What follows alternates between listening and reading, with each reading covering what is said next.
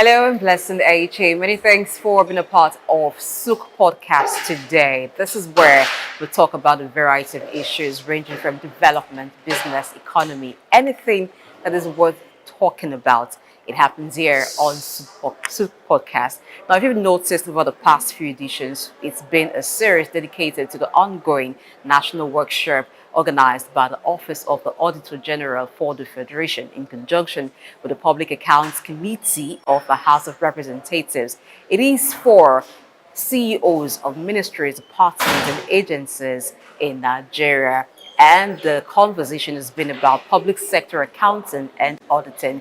I have joining me today a delectable woman, one that you will see and like, oh my gosh. But this is not all about beauty. She is from the Nigeria Social Insurance Fund, and we'll be talking about what this workshop would do in terms of public sector accounting and ensuring that funds committed to every MDA in Nigeria ends up delivering the dividends that Nigerians look for when we talk about dividends of democracy, talk about common good, talk about development.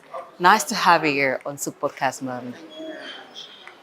All right, so I'm awed by your amazing look. But another thing that also puts me in awe is when I find women who are in key positions making a difference in society, making a difference in Nigeria. So you are at this workshop and for your agency, NSITF. Let's look at development and public sector accounting, the relationship between what happens at various NDEs and what the people get to see. At this workshop where the conversation has been about public sector accounting, what's your take on it and how do you think is going to impact your agency? Thank you very much. This workshop has been extremely informative. I don't think that anybody can be or attend this kind of workshop and leave the same person. Um, I, as you know, is the MD of NSITF, and this workshop is exposing me in particular to a lot of the current trends in accounting and auditing. And in my position, we hold this position and we're very much accountable to the public on how we spend government money, how we handle it, and how we spend it. So with this workshop, what I have learned and how I believe it will make a difference in the way we continue to run the affairs of NSITF is that we have become more informed as to the various rules, regulations, practices that should guide us in the way we carry out our affairs. We also been exposed to the various activities of the PAC, Public Accounts Committee. We've also been exposed to the auditors and what constitutes queries. And the whole idea, what we would like to achieve, is a situation whereby we're not called before the PAC, Public Accounts Committee, to account for some of our malpractices, our expenditures, and our breaches in our rules and in the rules and regulations of the land. So we have learned so much on what we're supposed to do. I've also learned that what we're doing, not all of it is correct. The ones we're doing, yes, there's some of them are correct. Some of them, there leaves rooms for improvement. And generally, it has been an experience whereby we go back to our various institutions and know how to carry out activities in a more informed way because of this workshop.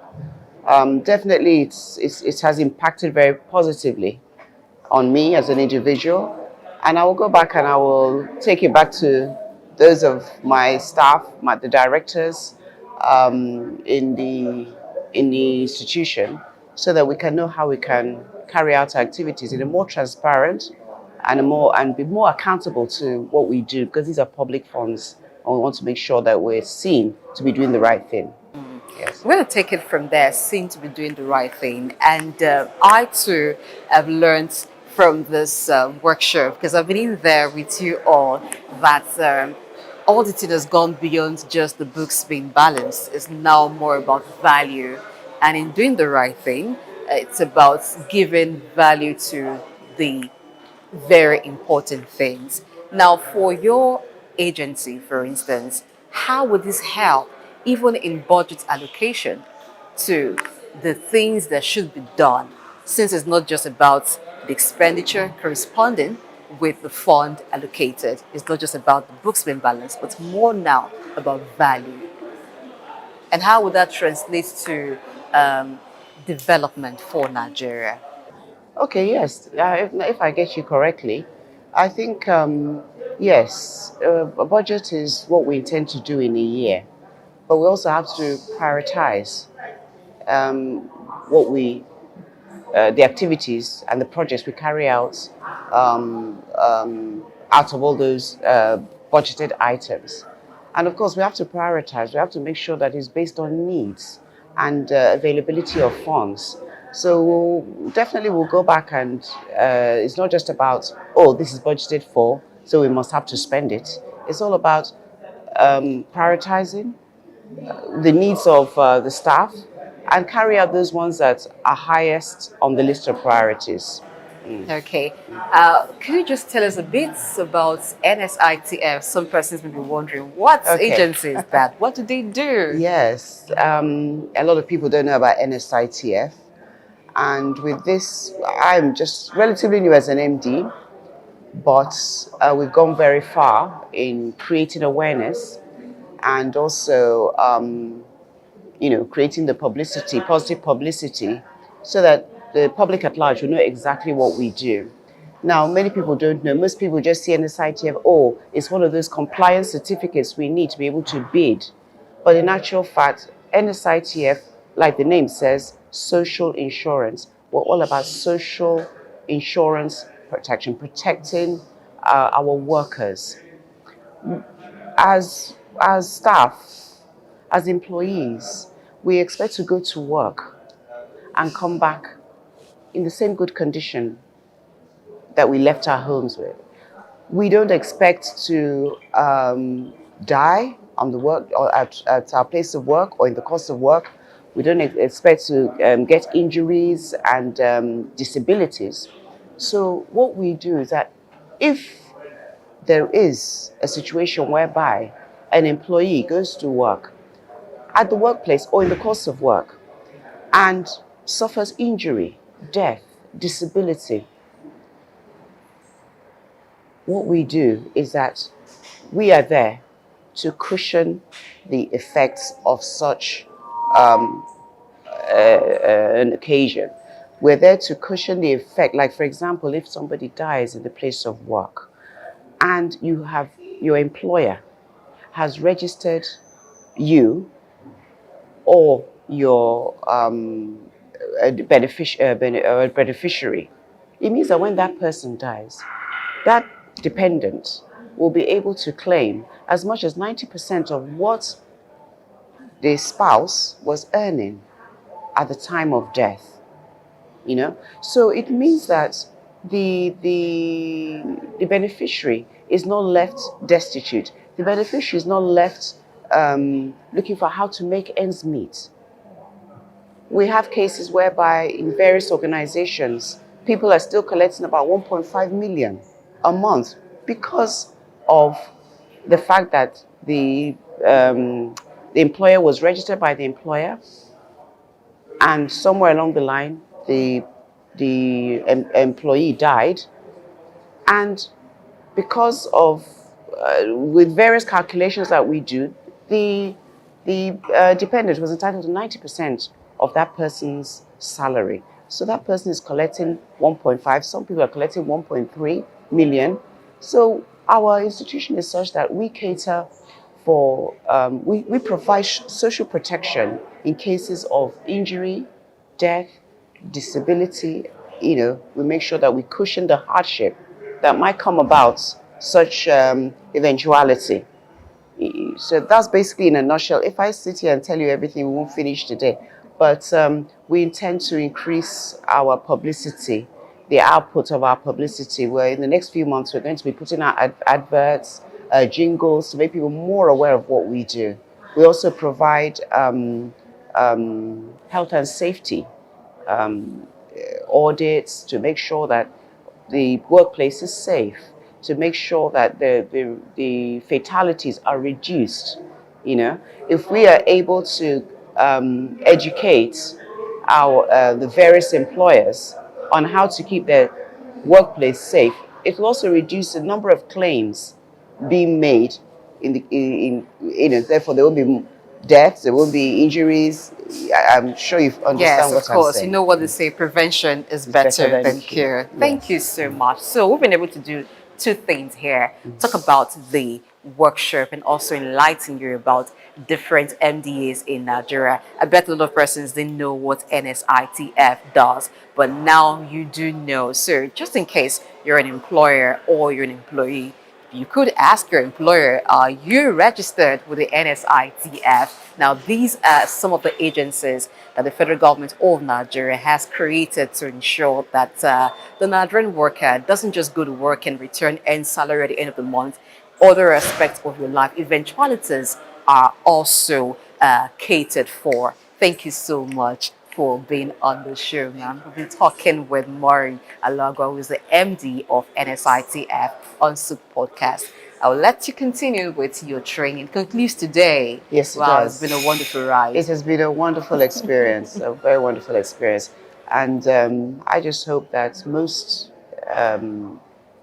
MDs, DGs will find the need to appear personally in such workshops and not send people to represent them, because there is a lot to learn from these few days of engagements. We've learned so much. Okay. Thank you. All right. Very much. And this workshop has been coordinated by Africa Development Studies Center, ADSC. We'll take a break. Souq Podcast continues after this time. Just stay tuned.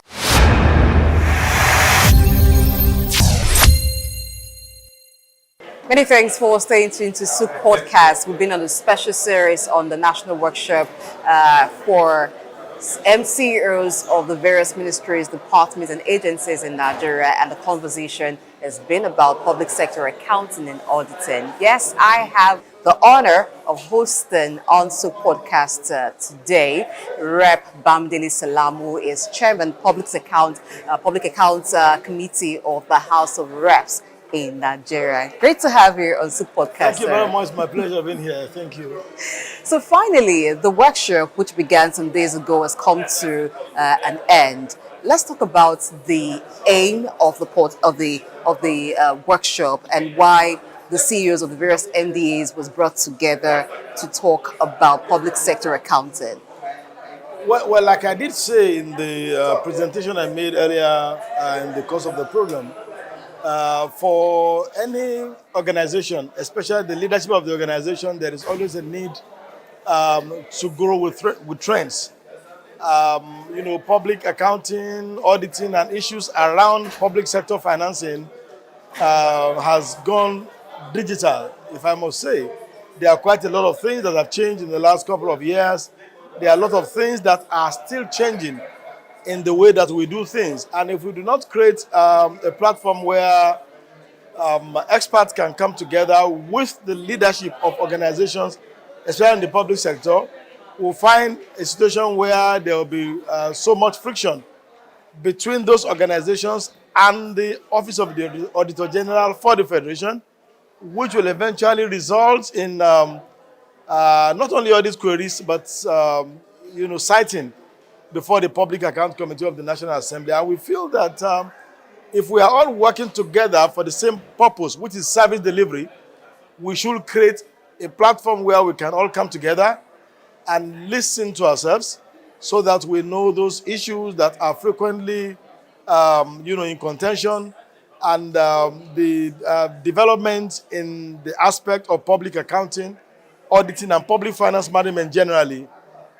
so that all our organizations will be compliant and will have less cases of flouting of financial regulations flouting of laws, Appropriation Act, Public Procurement Act, and all other laws that govern public finances. So that is the reason why we put together this series of programs with the Auditor General for the Federation, and I'm glad with what I witnessed here and the report I got from the previous days that it's really been very impactful, it's really been very productive, and there's been a lot of engagement which has shown that there is a change in attitude, a change in understanding of what was the case before a participant came here for the training program. Let's backtrack a little. Now, the Public Accounts Committee reviews financial statements submitted by the Accountant General for the Federation and even the Auditor General for the Federation. What's your assessment in the way that public funds have been used to bring developments to the people, and what do you think this workshop will be able to correct, if there is anything to correct so far? All right, let me give an instance. For example, let me draw some examples from the 2020 report of the Auditor General for the Federation submitted to the National Assembly late last year. There are quite a whole lot of issues that usually bring up citing or indictment, if I may put it, on this agency. For example, issues around over budgetary expenditure. There are issues around, lack of due process in award of contract. There are issues around unlawful environment, that is moving of monies appropriated by the National Assembly for one purpose up to another. There are also a lot of issues around lack of proper documentation. How to keep our account books, vouchers and the procedures they have to take, how to keep a record of revenue generated by those agencies and remittances of those agencies to appropriate account of the federal government, either that of the federal government or that of the account of the Federation, which the three tiers of government share from: federal, state, and local government. There are quite a whole, these are just examples of some of the issues that the Accountant General have identified almost year in, year out, on the account books of so many agencies. In addition, there is also a requirement of those agencies, and this has to do with documentation, to render accounts and have their audited accounts submitted to the Office of the Auditor General and Accountant General of the Federation every year. There is a timeline, March and May of every year, which many organizations, have defaulted in terms of doing. In addition to this is also the very unfortunate incidence of, extra budgetary expenditure.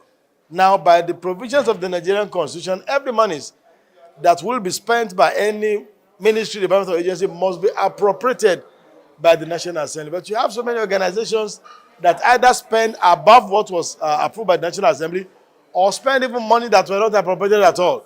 These are very grievous offenses, if I may use that word, which the financial regulation and the laws of the Federation do not look kindly at. But the good news is that there are things that can be avoided.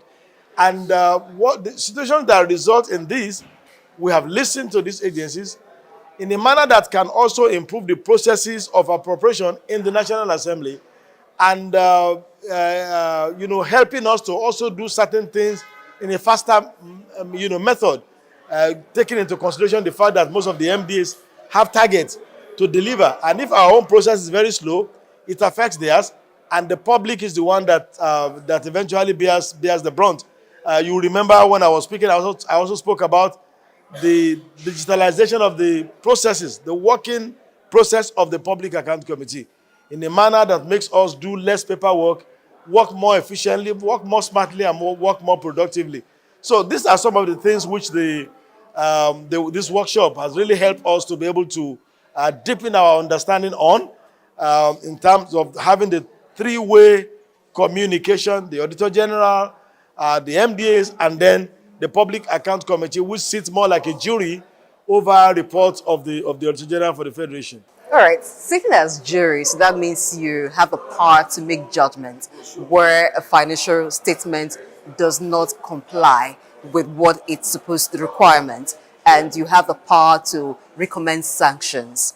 In doing this, how much of sanity would you say the park has been able to bring to MDAs? Yes, I would say significantly we have been able to, because number one, nobody wants to be indicted because the consequences are very grave. The consequences can range from making a ruling that such an agency should not be funded from the federal budget. It may involve sanctions, asking that certain monies be refunded by the erring officer of government. It may involve reporting such an individual to prosecuting agencies to take such an officer to court and prosecute. These are all, consequences. And like I said, I'm not sure anybody will just want to have any of these consequences, applied to them. But one thing that I want to emphasize is, and I want our MDAs to really understand this. At least I can say this of the Public Accounts Committee of the 10th National Assembly. Yes, we have the powers. Yes, there are those consequences that are provided for by law. But we believe more in helping these agencies to avoid those mistakes, to avoid those things that might even have been done, erroneously or willingly, by letting them know that there are expectations from the public. The public expects us that when these monies are appropriated, these monies are applied to the right cause in a manner that will solve the problems. If we are able to solve the problems of the public, we're all winners. Because the chief executive of the agency, the man, the Auditor General's office, the Public Account Committee member, we all live in the same society. We want our roads to be fixed. We want hospitals to work. We want the water system to be better. We want security of life and property. Everybody wants this. So if we avoid doing those things that lead to waste, those things that lead to inefficiency, those things that lead to corruption, if we avoid them, we all win. So we emphasize more on the need for these agencies to do things rightly, to do things justly, to do things lawfully, rather than waiting until they do those things wrongly and then we come and hit the hammer. Well, you may hit the hammer, there may have been consequences, but the deed has been done. And the consequences of those deeds done may be very fatal. For example, if a money is meant to fix an oxygen plant in a hospital and the money was diverted or whatever, people die because they have no access to oxygen. You can't bring them back to life, even if you send them out to prison. Those who have died have gone. So it is better that we work with them in a manner that will let them know that the consequences of doing things wrongly are very grave, and there is a lot of benefit in doing them right and helping them to improve on those aspects of their processes that may be resulting in flouting of these financial regulations and laws of government. We believe strongly that this has more benefits than just looking at the adversarial level, the judgment level, the punishment level.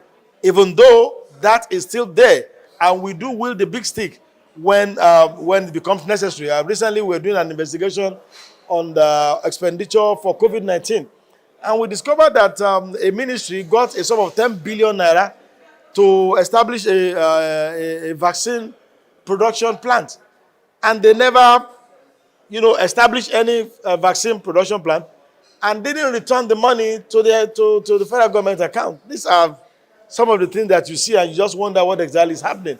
And we had to really, come hard on them and direct that such monies should immediately be refunded back to the treasury of government, where the money was refunded. Imagine what 10 billion naira can do. Imagine how many blocks of classrooms that can construct, how many laboratories it can provide, and so on and so on. So these are just some of the examples of the things that do happen. And when such things happen, we have to come hard on such an MDA. All right. So the Public Accounts Committee is a very key committee in the House of Reps and even in the upper chamber, the Senate chamber. In terms of public sector reform, what are you looking at to help the MDAs deliver effectively on their respective mandates? What recommendations have been made in the past, and what are the new ones to be made? Well, I mentioned a few in my earlier statement, but to be very specific now, I think one of the problems we do have with our processes and the MDAs in terms of public sector financing begins from the budget level. We are looking at a situation where we will be able to gradually transit from this envelope system of budgeting. Because, imagine a project that is going to cost 1 billion naira, and then you have an envelope in the budget of 50 million naira. So if you budget 50 million naira for a project that will cost 1 billion naira, you are very sure that that project will not be delivered. And there's no way anybody can even start anything meaningful with 50 million naira of a project of 1 billion naira. So we believe very strongly that the envelope system of budgeting, even though it has own advantages, has a whole lot of disadvantages and is really impacting negatively on the ability of most of our MDAs to deliver on their core mandate. Another thing is that even after the approval of the budget, the executive also takes a lot of time in implementing those budgets.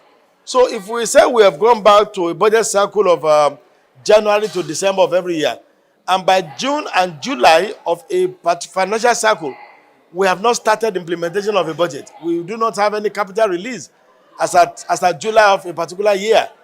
It will be very difficult, going by the provisions of the public procurement law, to expect those agencies to be able to deliver on those mandates that are included in the Appropriation Act within this few months of the year, if they will do things thoroughly and diligently. And then another area has to do with the issue of supervision, and that is where the oversight of the National Assembly comes in.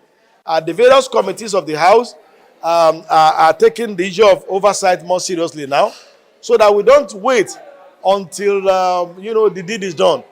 We engage with the various agencies right from the scratch to work together with them in a manner that will make us be able to supervise the implementation of the budget in a manner that will make us more efficient. Of course, there is also the issue of capacity in some of the agencies, and I must say this: we have discovered that some of the agencies lack the required capacity to deliver on some of the things that are appropriated for them in the budget. And if they don't have the technical capacity to deliver, there is absolutely nothing you can do about it. A man can only give what he has. If he doesn't have it, he doesn't have it. So these are some of the things that we have identified as problems in the various implementation of the mandates of the various MDs. And as an institution, the House of Reps is committed to helping these agencies, helping government to ensure that we reduce all these bottlenecks, we reduce all these problems in a manner that will make us, deliver better service to the public. All right. Now let's talk about equipping those who will deliver the service. Now, this workshop has been coordinated by Africa Development Studies Center. Why did PAC choose to let them coordinate? What's your take on human capital development and the role that Africa Development Studies Center is playing, and in this one that it has collaborated with Public Accounts Committee and also Office of the Auditor General for the... Absolutely. If you look at the 10th Assembly of the National Assembly, especially the committee I have the privilege of chairing, since the commencement of our work in the month of October of 2023, we have taken the African Development Studies Center as a major partner in human capital development. The unveiling of the committee itself came with a very robust training program for members of the committee. So as a committee, we ourselves need to be well equipped to be able to drive the capacity development of our major stakeholders. So it begins with us. And, from October till now, our committee has embarked on 4 major training programs. We have had 1 international training programs. We have had 3 local training programs in the last 7 or 8 months thereabout of our operation as a committee. And the African Study Development Center is a major partner in this regard. We look forward to deepening this engagement. And this is one of the ways we are deepening it, this collaboration with the Auditor General's office. We are also identifying some other major stakeholders that we can collaborate with to target specific cadres of officers in the public service to ensure that we do training and retraining. There's no other way, because The world is dynamic. You cannot use yesterday's strength to run today's race. You have to keep, fueling. You have to keep recharging. And it is only through these human capital development programs that you can get that done. So I assure you that this is something that will work for that one. Very insightful and a powerful word of wisdom you just dropped there. You cannot use yesterday's strength to run today's race. All right, now let's talk now to those who you represent, Nigerians, who the rep members are there for. Some of them sometimes see members at the House, talk, committees, and sometimes they're wondering, why did it take so much time in deliberating? Could you take us through what it takes to do your job? Yeah, I just remember that, my son asked me one time, Daddy, apart from holding meetings, what other thing do you do? I said, there's no other thing we do, it's meetings that we do. Yeah, that's our job. That's the work of the parliament. The parliament is a place of discourse. The parliament is a place of debate. It's a place of conversation everywhere in the world. And it is the debate, the discussion that we have that result in the most principle of our work, which is lawmaking. We make laws for good governance, for security, for welfare of Nigeria. And you can't make laws without having discussions. If anybody brings in a bill to the House, which is the first stage of lawmaking, it has to come to the House for first reading. It goes through the second reading where you have a discussion on the major principles of the bill. And then if the bill passes through the second reading, it goes to the stage of public hearing, where you then call all persons that should ordinarily be interested in the bill, the stakeholders, to come together and discuss. It's also a discussion, it's also a meeting, to bring their input, to look at the bill and tell us the merits, and so on and so forth, before it goes back to the House for consideration of the report by the whole House, and for the third reading when it is passed, into law. So that is the principal function of the House. And like I said in answering some earlier questions, we have the responsibility of oversight. The oversight is the supervision aspect, to ensure that you don't just pass laws and go to sleep. Are the laws we passed being obeyed? Are they being implemented? Don't forget, even the Appropriation Act itself is a law. You vote so amount of money to be used for the reconstruction of social road. Is it being done? Is it being done in the manner where it should be done? The Committee on Works will look at that. You voted money for equipping of teaching hospital. The Committee on Health will come and do that. You vote money for purchase of equipment by the military, maybe some fighter jet and so on. The Committee on Defense or Army or so will come and do this. That's another thing we do. And then finally, the work of representation, bringing what has now come to be known as dividends of democracy to the people at home. Now, the federal government is a very large institution. Somebody cannot sit in Abuja, for example, and know the need of a community called Ikoton in Egbe local government of Osun State, or a place called Alajue in Ede South, or Ifeoda in Ejigbo. They can't know. It is me, as their representative, that will go back to the federal government and say, well, you know what? In Ifeoda federal constituency, there is no motorable road. We have a federal road that links Iwo to Ejigbo to Ifeoda to Oyo State. It's a federal road. We need it fixed. And then we put that in the budget or in any other way through which it can be implemented. So that is the role of representation, where we act as the spokesperson of the persons who voted us into office. So basically what we do is talking. What we do is meeting. And that is the work, because that is what democracy is all about. Democracy is about discussion, it's about engagement, it's about representation. All right, finally, after a week of training, what is your message to the participants at this national workshop? What are you expecting to see differently when your committee receives financial statements? Yes, well, very importantly is the need for us to make use of the knowledge that we have learned here, so that we do not appear like the man that the Bible describes as the man who looks at the mirror, and by the time he leaves, he's forgotten what he looks like. We have looked at the mirror here. We have seen, we have heard, we have read things that we need to do better and differently. And it must not stop there. We have to then apply the knowledge. It is the application of knowledge that is called wisdom. The man who has knowledge and refuses to apply them is not a wise man. I expect every participant in this program to be wise, and that is to apply those things we have learned in making sure that our books are tidier, that our processes are lawful, that our execution of projects are value-driven than they had ever been. By the time all these things happen, we'll have less case for inviting agencies to come and defend this, come and explain this, come and shed more light on this. You have very less incident of such happening.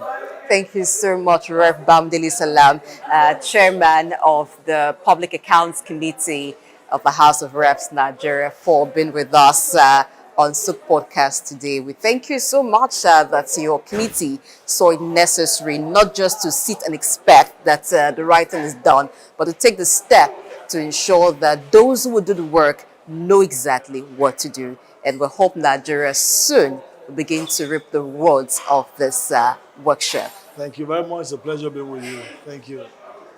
And this is where we wrap it up on the special series of the Souq podcast, where we've been having interactions with the organizers and participants at the national workshop organized by Office of the Auditor General for the Federation in collaboration with Public Accounts Committee of the House of Reps Nigeria to train, to equip MDAs, CEOs of ministries, departments, and agencies with current trends in public sector accounting and auditing. We do know that at the time of scarce resources, what we do with the resource that we have is very important. I'm Blessing AG. Watch out for what's next on Souq Podcast on the next edition.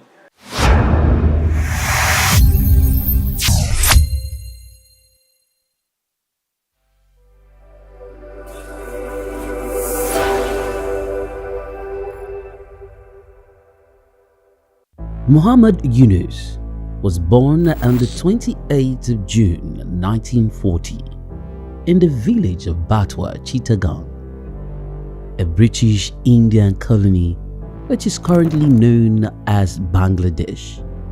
He attended Lama Bazar Primary and Secondary School in his village and passed the matriculation examination into Chittagong Collegiate School, where he ranked 16th out of 39,000 students. After his graduation in 1961, Yunus joined the Bureau of Economics as a research assistant and was later appointed lecturer of economics at the Chittagong College. During that time, he also set up a profitable packaging factory on the side. In 1965, he received a Fulbright scholarship to study in the United States, where he obtained his PhD in economics from the Vanderbilt University Graduate Program in Economic Development. Between 1969 and 1972, after his keen education excellence of apex heights and proportions in the United States, he returned home and was appointed professor of economics at the University of Chittagong. He was eventually appointed onto the board of directors to the United Nations Foundation, where he served for 33 years. When Bangladesh suffered a famine in 1974, Yunus felt he had to do something for the very poor. In his country, he founded the Grameen Bank. His motivation was to create economic and social development for the very poor, giving long-term loans to those who wanted to start small enterprises to pay back when they can. The aim to help was to get many of them out of poverty. For this, he was awarded the Nobel Peace Prize in 2006. Muhammad Yunus is a recipient of numerous international awards for his ideas and endeavors, including the Humanitarian Award in 1993, World Food Prize in 1994, Independence Day Award in 1987, Bangladesh's highest award, the King Hussein Humanitarian Leadership Award in 2000. He was also awarded the Volvo Environment Prize in 2003, Nikkei Asia Prize for Regional Growth in 2004, Franklin D. Roosevelt Freedom Award in 2006, as well as the Souq Peace Prize in the same year. All humans are born entrepreneurs, he would always fondly say. His heart shone through his everyday life.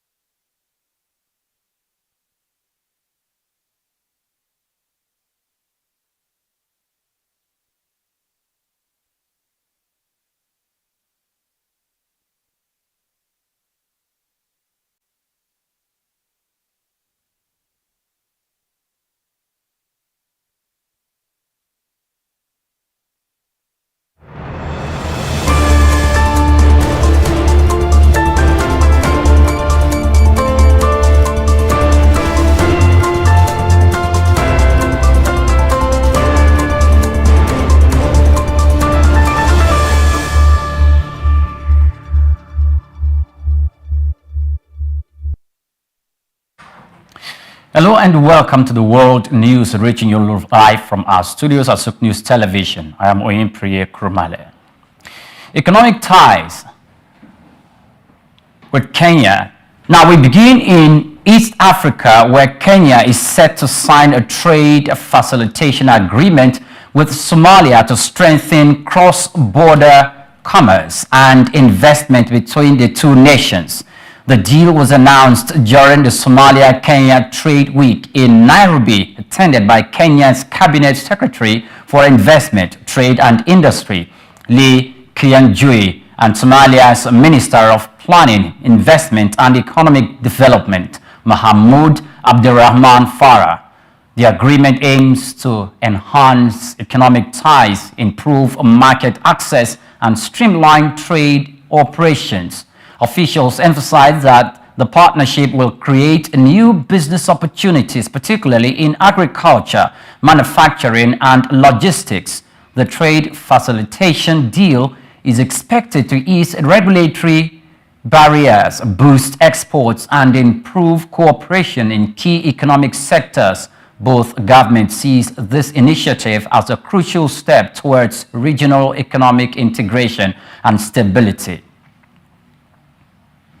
Now, still in East Africa, Ethiopia Prime Minister Abiy Ahmed is set to visit Mogadishu to meet with Somali President Hassan Sheikh Mohamud, marking a step toward mending strained relations between the two nations. Tensions escalated in January 2024 after Ethiopia announced plans to lease a portion of Somalia coastline for a naval base and commercial port, in exchange for potential recognition of Somalia's independent land. Now, Somalia viewed this as a violation of its sovereignty, leading to diplomatic friction and threat to expel Ethiopia peacemakers. In December 2024, both countries agreed to restore dispute, seeking commercial arrangements to provide landlocked Ethiopia with secured and sustainable sea access.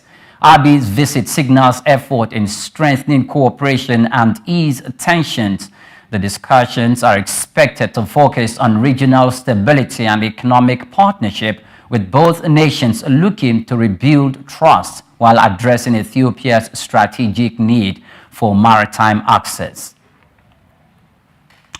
Now, from East Africa, we move into South Africa, where foreign direct investment in Mozambique has grown by 44.7% in the first 9 months of 2024 compared to the same period of the previous year, reaching 2,789.3, according to data from the Bank of Mozambique. The growth was attributed to a 40.9% increase in FDI from large projects.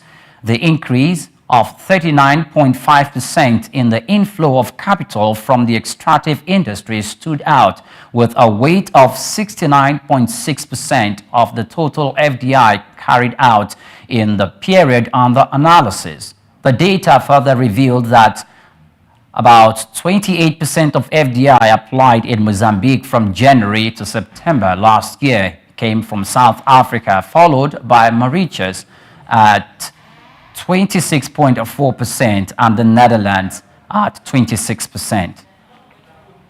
Now, moving on to northern parts of the continent, Egypt will increase the minimum wage for public sector workers to 7,000 Egyptian pounds per month starting in July.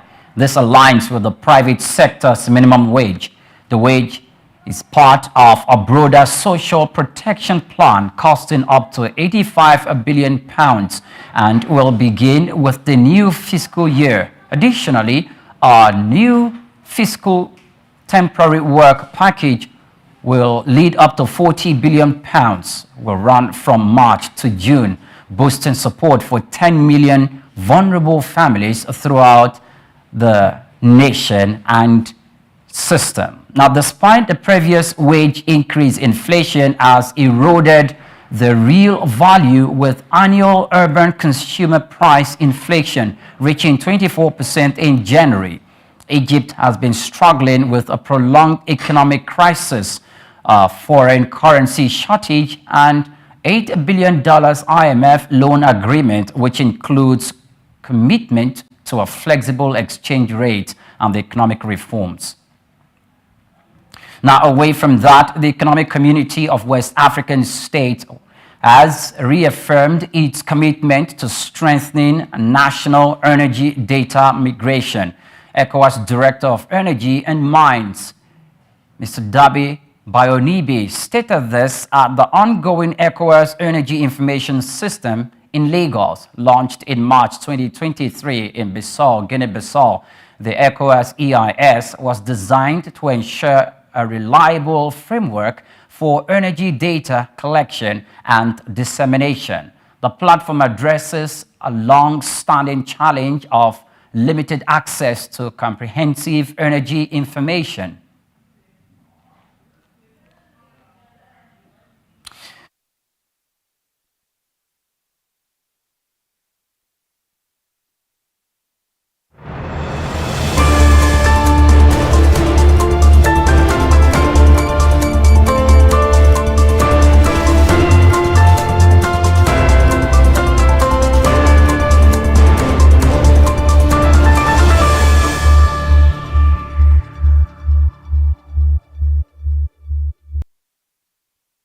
Literature.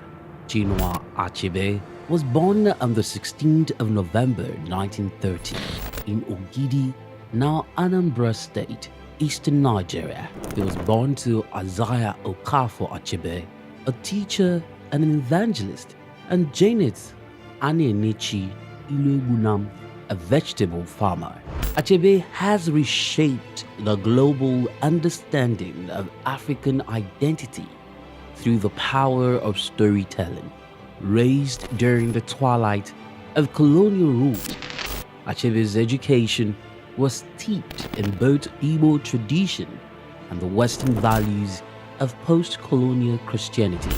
As a student at the University of Ibadan, he became fiercely critical of how Africa was portrayed in Western literature. Achebe believed that Western literature often painted Africa as a dark and primitive continent, but he sought to tell the African people's lens. In 1958, Achebe's groundbreaking novel Things Fall Apart shattered colonial narratives Through the tragic story of Okonkwo, an Igbo warrior, Achebe illuminated the complexities of African culture and the devastating effects of European colonization. Things Fall Apart became more than just a novel.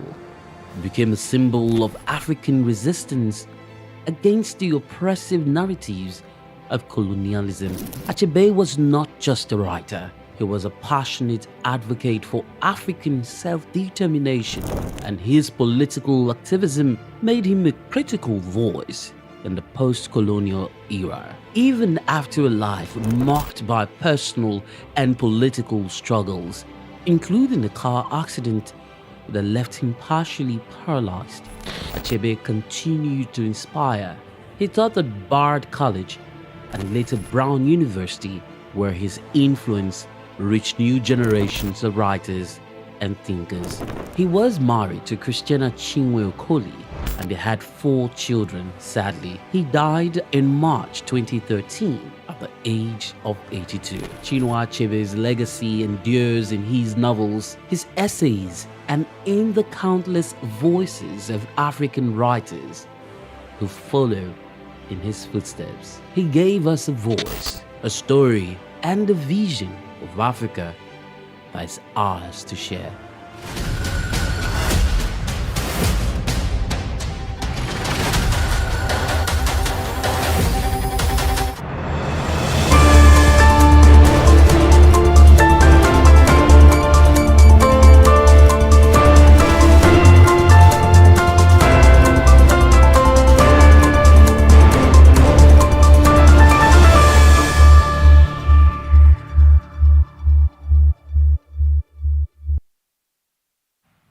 The United Arab Emirates financial technology sector currently contributes 8.7% to the nation's gross domestic product and is set to reach 12% by 2031. Speaking at Investopia 2025 in Abu Dhabi, the Minister of Economy, Abdullah bin Tawq Al-Mari, highlighted the UAE's effort to create a favorable investment environment, particularly in a new economy in the sector such as the space industry and agricultural innovation, which align with the country's food security strategy. The minister also noted that in 2024, the UAE issued 200,000 new business licenses, bringing the total number of operating businesses to over 1.1 million, with continued government support and economic diversification. The UAE aims to attract more investment, expand technology and localization, and strengthen its position as a global business. Moving on, Japan has emphasized the importance of free, open, and rules-based trade to sustain global economic growth on the sidelines of the G20 Finance Leaders Meeting in Cape Town. Tokyo also urged members to adopt highly predictable economic policies, cautioning that uncertainty could negatively impact private sector activity. The G20 gathering was overshadowed by disputes over climate debt and inequality, with several finance ministers skipping the event or cutting trips short amid ongoing tension. Now, in Tokyo, a major Japanese labor union group is demanding a record-based pay increase for 2025 as inflation continues to rise. The Japan Council of Metal Workers Unions, representing about 2 million workers from top firms, seek an average monthly salary hike of 14,149 yen, the highest since 2014. This demand is 14% higher than last year's request and is seen as crucial to Japan's goal of sustainable wage growth, exceeding the current core inflation rate of over 3%. Rengo, Japan's largest labor union group, is pushing for an overall 5% wage increase, including a 3% base pay rise. Japanese firms agreed to a 5.1% wage hike in 2024, the biggest in 3 decades. The 2025 negotiations will be key in determining Japan's economy trajectory, according to reports. Now, oil prices rose slightly on Thursday after 2 days of losses driven by renewed supply concerns. Brent crude was up by 2 cents at $72.55 per barrel, while the United States West Texas Intermediate gained 6 cents to $68.68. The increase follows the United States President Donald Trump's announcement reversing a license that allowed Chevron to export crude from Venezuela, a move that could impact over 240,000 barrels per day, more than a quarter of Venezuela's oil output. The market had previously declined due to a surprise build in the United States fuel inventories, signaling weakening demand and optimism over a potential Russia-Ukraine peace deal. However, Trump's decision triggered renewed buying interest, with analysis pointing to potential United States strategic petroleum reserve purchases as another factor supporting prices. Meanwhile, crude stockpiles fell unexpectedly last week, while gasoline and distillate inventories saw surprising gains, according to Energy Information Administration. And now on to European markets, which opened sharply lower today after United States President Donald Trump threatened to impose 25% tariffs on imports from the European Union. The UK's FTSE 100 index opened at about 17 points lower, while Germany's DAX went down by 156 points at 22,632 points. France's CAC 35 points also opened lower, while Italy's FTSE MIB 364 points opened lower at 38,918.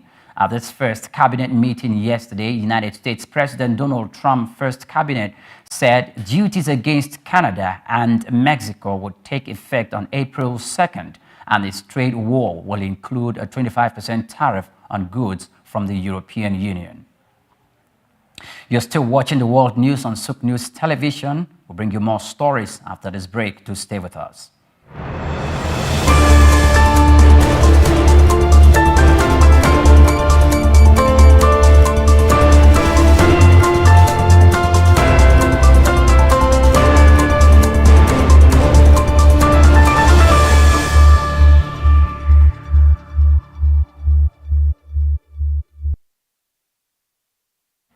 Welcome back.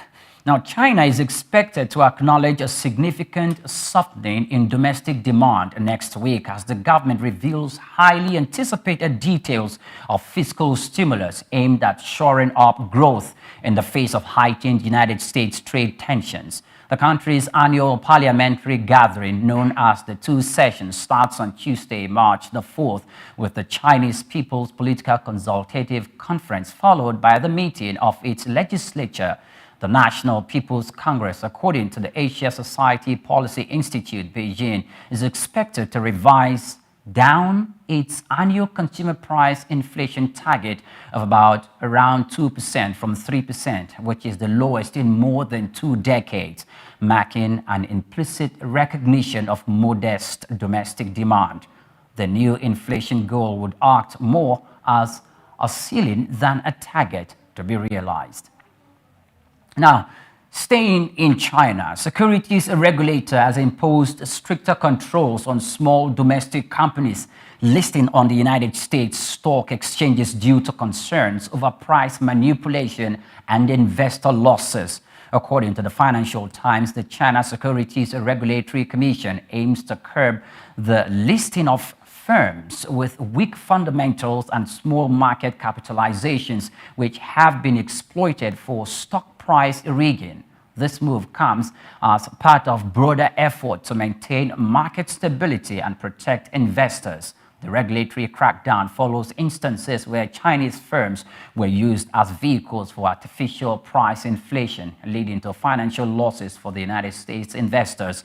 By enforcing tighter restrictions, the Chinese SRC seeks to prevent a further market manipulation while ensuring that only financially sound companies can list abroad.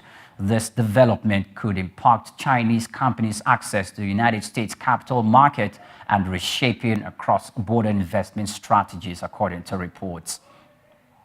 And China has called on the United States to hold its investigation into potential tariff on copper imports, warning of retaliatory measures if Chinese companies are affected.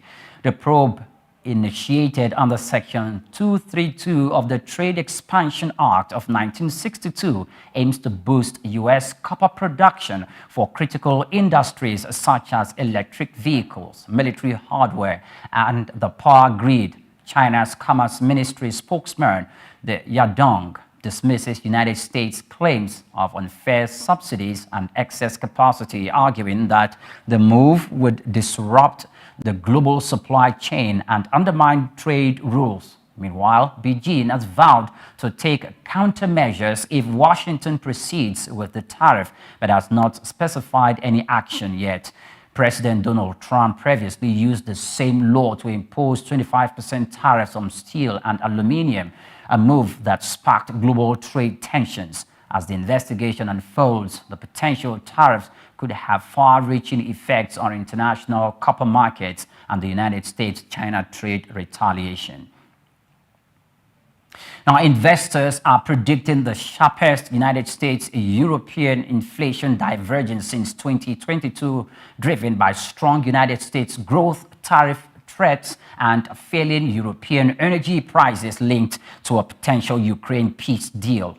Inflation swap markets indicate the United States Consumer Price Index inflation could average 2.8% over the next 2 years, while Eurozone inflation is expected at 1.9%.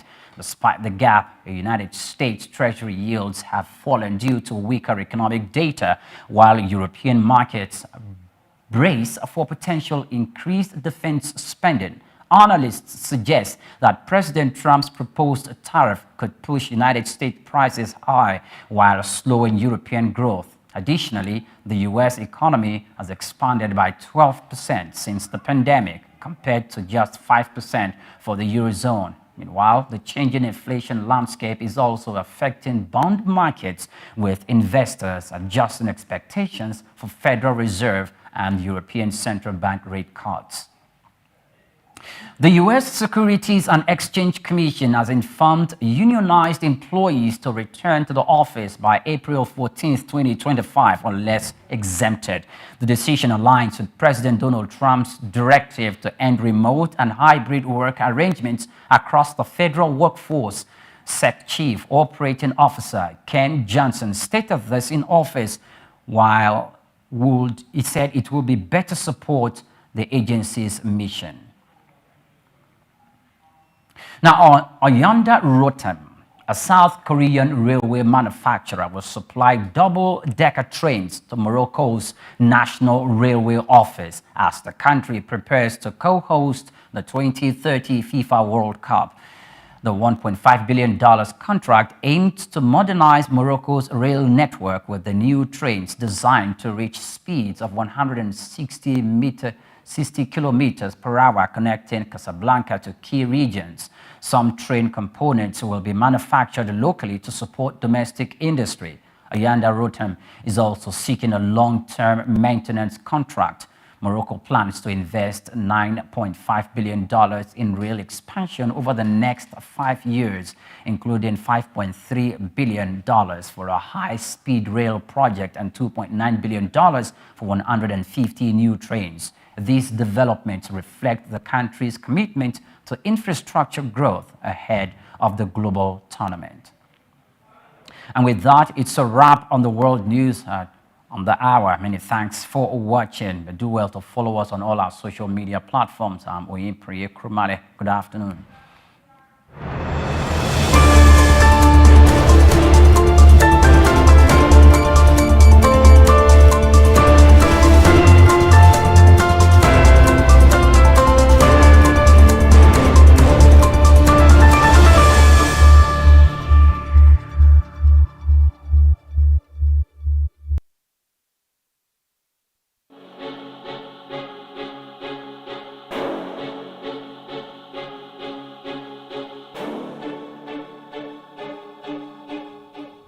Elon Musk is a visionary entrepreneur leading innovative ventures in technology, space exploration, electric vehicles, and renewable energy. Musk was born on June 28, 1971 to a South African engineer and his mother, a Canadian model and nutritionist in Pretoria, South Africa. His talents for computers and entrepreneurship emerged early, and at age 12, he created and sold a video game. Musk studied physics and economics at Queen's University and the University of Pennsylvania. In 1995, Musk founded Zip2, sold to Compaq for $307 million. He also co-founded X.com, which became PayPal, acquired by eBay for $1.5 million in 2002. Driven by a vision for humanity's multiplanetary future, Musk founded SpaceX in 2002, developing affordable rockets to support International Space Station mission and NASA's Artemis program. He became a major investor in Tesla 2004, launching electric vehicles like Roadster, Model X, and Model 3. Tesla unveiled the Cybertruck, beginning deliveries in 2023. Musk acquired X, formerly known as Twitter, in 2022, aiming to enhance future and transparency. Musk has at least 12 children from multiple relationships, including Justin Wilson, Tallulah Riley, Grimes, and Siobhan Zilis. Through SpaceX, Tesla, and other ventures, Musk shapes technology and innovation globally, and his influence extends beyond business into politics and culture.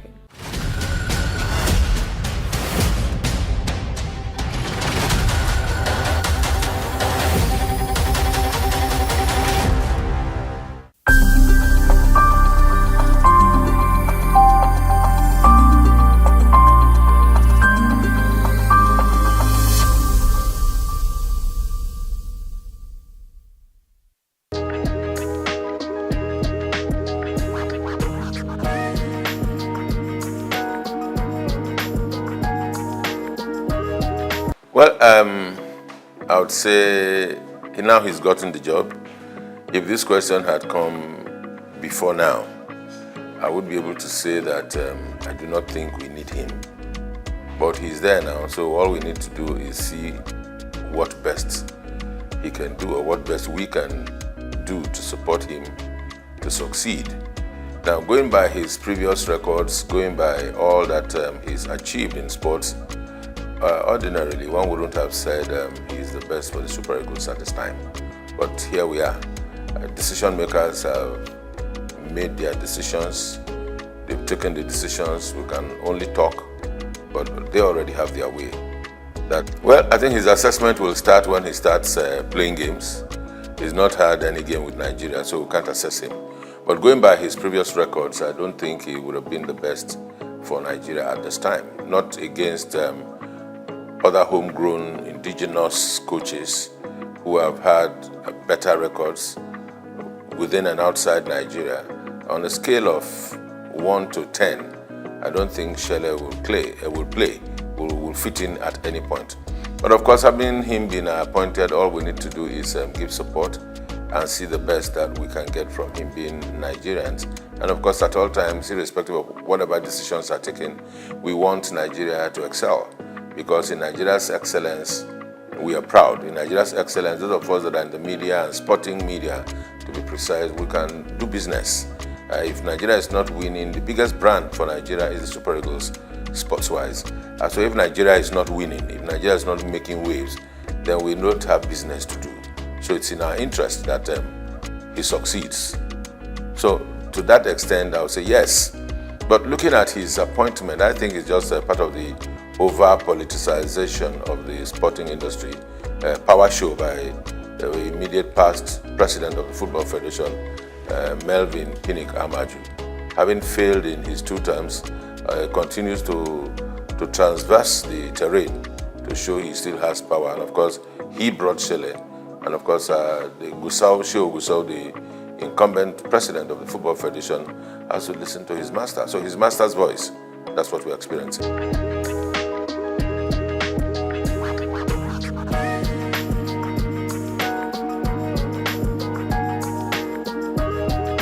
If they like, let them bring the Hirusadi. You see, there are things about Nigeria and Nigerian sports that should not surprise anybody.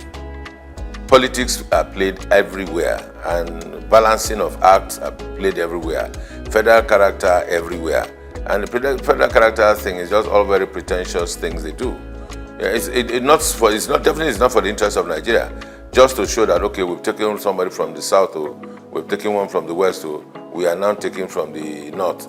Who will we take in the north? Let's bring Ahmed Musa. He's calm. He'll be able to talk to the players. What is he going to say to the players? He's past his prime a long time ago. So it's all politics and not in the interest of the nation. I can tell you that. But for Chelle going around Europe, yes, he has to. Because everywhere you go, to be the chief coach of the Nigerian national team, senior national team, can be a huge task. Because every day you have Nigerian boys showing up in big leagues, in small clubs, in championship clubs, even around the country. You find players everywhere. Nigeria, I think today, if we are not exporting oil, I think we are exporting footballers to everywhere, even those that are born abroad. I mean, you can imagine this young boy at Arsenal, 17, Ethnan Nwaneri, and there's an Okoli, there's Ndidi, both at Leicester City. So everywhere you go, you see Nigerian boys showing stuff. So to be the coach of a Nigerian team at the level of the Super Eagles is a huge task. One would expect that we should have a scouting department. One would expect that we have a department that should take charge of team psychology. We expect that we have the technical department or the directorate for technical at the Football Federation to be well equipped with people that are sound in mind, sound technically, and have capacity to work and deliver. With all of that put together, then they should be able to advise and situate the coach at the point where he can deliver and work well.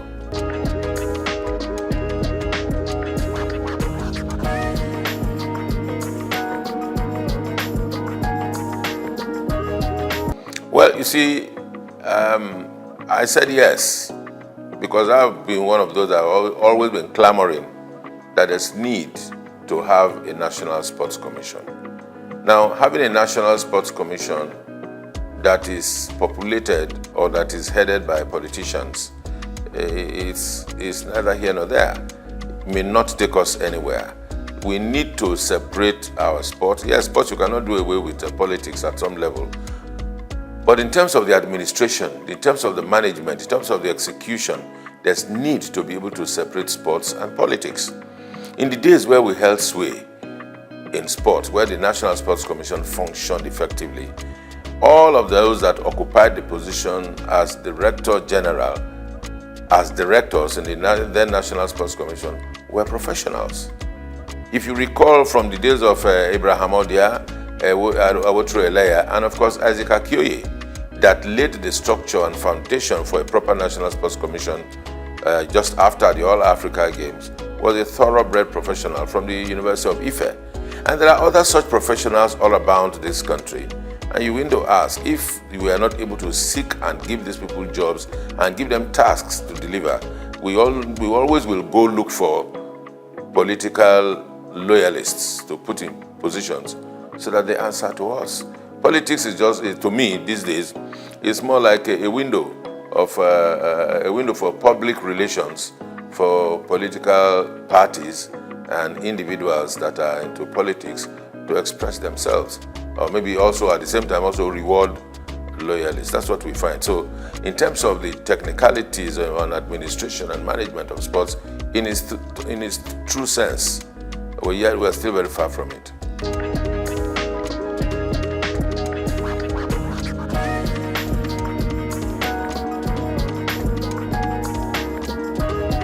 Plenty improvement, I would say. The current managers of the league are doing everything they can to ensure that our league gets back to a competitive level at the continent, gets back to a competitive level at the rate at which we, those of us local people like myself, can appreciate our football and our footballers once again. The question to ask is to say, are we doing enough? The answer will be no. Who are those not doing enough? The media, the sporting media in Nigeria is not doing well enough. Would I say sporting media? Yes. And also the bigger media is not doing well enough. And because we are not doing well enough, that's why our league is still where it is. We would have gone further than this. The other aspect of it is government. Government across the states. Football business is supposed to be good business. Football business is supposed to be run by private individuals and clubs.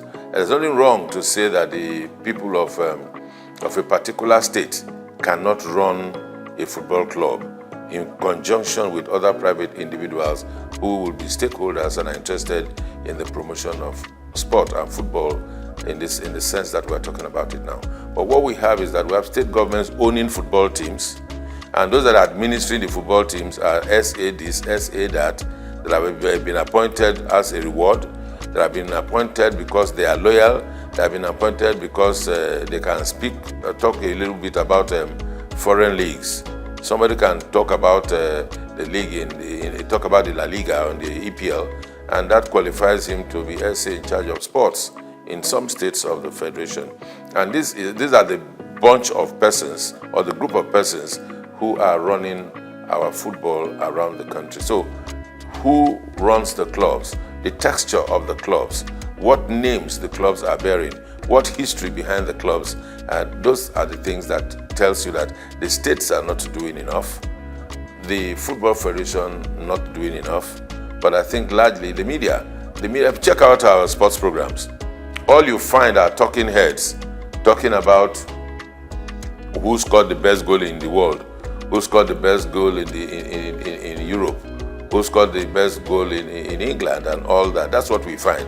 You hardly will see shows, package shows about the best goals of the Nigerian league over the past weekend. The best goals, the best dribbles, how many passes, proper statistics, because the media is not doing enough. The sporting media, that is journalists, that are practitioners, they are not doing enough because they are not tasking themselves. They just go on the internet, download one or two things, watch and everything. All you know is you take, as a content creator in sports, you need to just take a shot of the goal that the assist that Nwaneri gave, or Merino scored a goal for Arsenal, and you superimpose yourself and you talk over it, and that's content, and you post it and there are likes and there are followers, and that's it, what we do. But you do not have individuals going to places to take content. All around Lagos, that's we look at as we are now, all around Nigeria, sports is going on every day. As a practitioner myself, in those days when I used to be the street reporter, we covered football from everywhere. From Abeson, from Bagada, from Volkswagen, down on Ojo, Abeta, anywhere. All of those places, and boys are still playing football. You go to Evans Square, boys are still playing football. Go to Lafayette, they are still playing football. Go to Alakoro, you still see boxing. So all of these sports are still going on. But where are the journalists that will cover these events and bring them to the fore and package them? The journalists are not ready to do that job. Even those that are ready are not funded.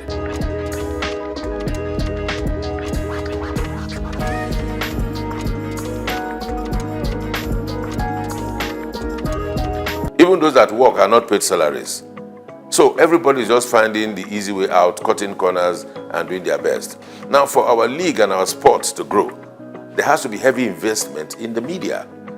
Because everything you see about the EPL, the La Liga, you take the EPL and analyze it, you see a variety of shows all about the weekend games, the weekend wrap, the best goals, the best flops, the referee angle, even the advertising and marketing. Because when all of this are put in a fray, then people can relate to it. People can leverage on it. Brands can come and give sponsorship. But we are not able to attract sponsorship because there's nothing for the brands to take away. Because if you give brands value, they will attach to it. And it never used to be so. Before 2006, the La Liga was not popular. The EPL was not popular. The Champions League was not popular. What were Nigerians watching? Because the media itself sold out.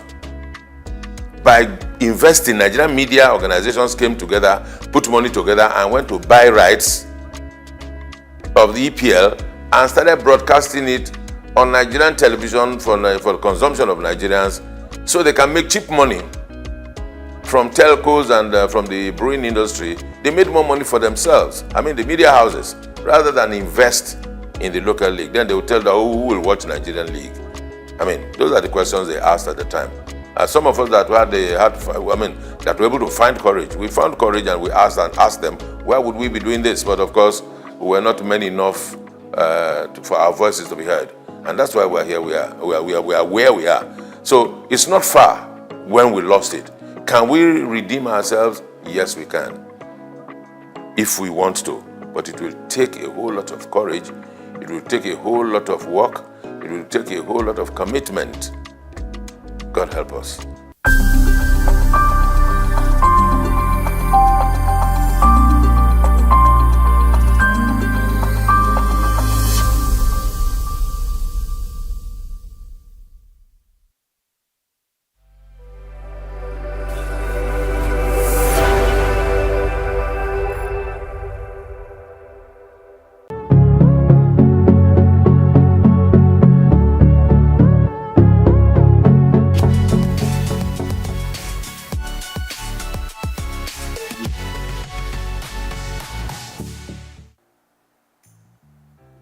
In 1957, just a greenhorn, leaving school and looking for a job, going into broadcasting was something that I dreamt of. But that's only meant going into radio, because my old school, Holy Child College, still on the same site in Obalende, 2 streets away from the old NBC. I still can't forgive whoever changed the name to something else that is being called now FRCN.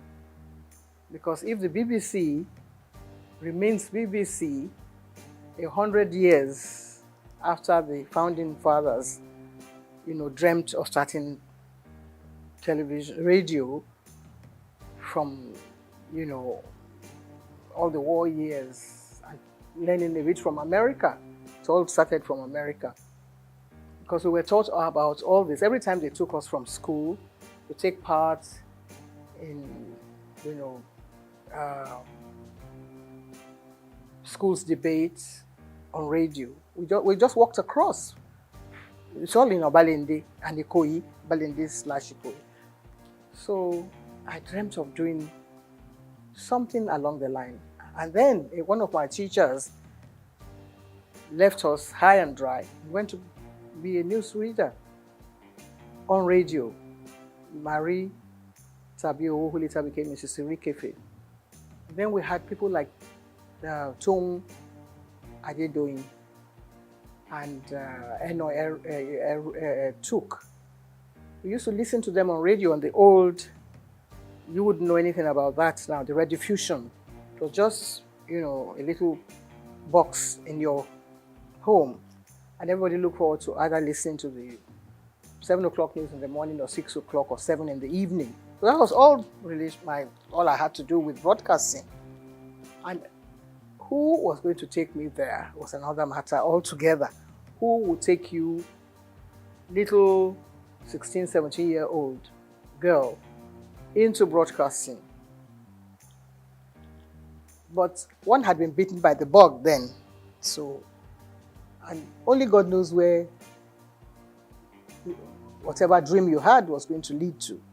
We read poetry, we did radio show, stage shows in school. The Catholic schools were very good for that. And my old school, just celebrating 150 years of its existence, just down the road from here on Broad Street. The nuns, they were all white nuns. No Nigerian nuns at the time that we were growing up. So all the dream they had, this kind of dream that we have now, going to England, but they were coming here to teach us. So I had learnt a lot of poetry, I had taken part in Festival of Arts, and I had gone to, the biggest hall we had then was at King's College, which is also down the road.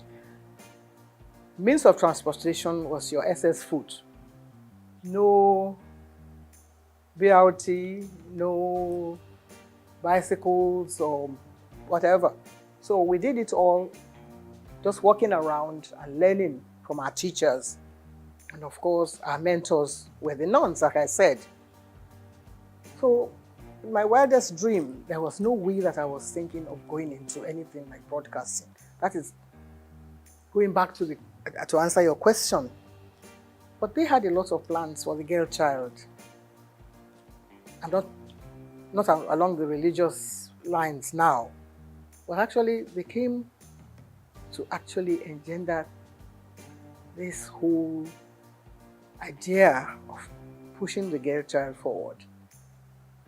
And not just me, a lot of us, people like Mrs. Francesca Emanuel, they also went through the whole gamut of all this dream that I'm talking about. Television itself was brand new in the world. I have to talk about radio because that was what I knew as a child.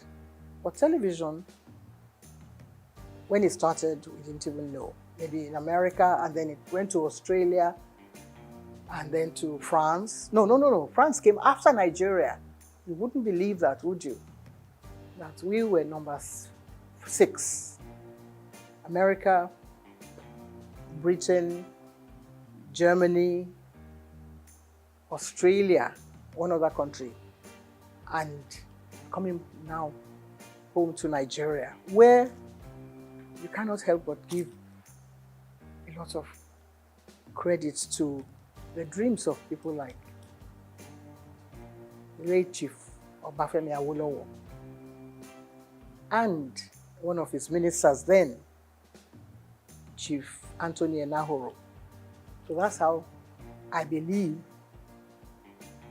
this whole package was placed on their laps and sold to Nigeria, to the Western Nigeria government.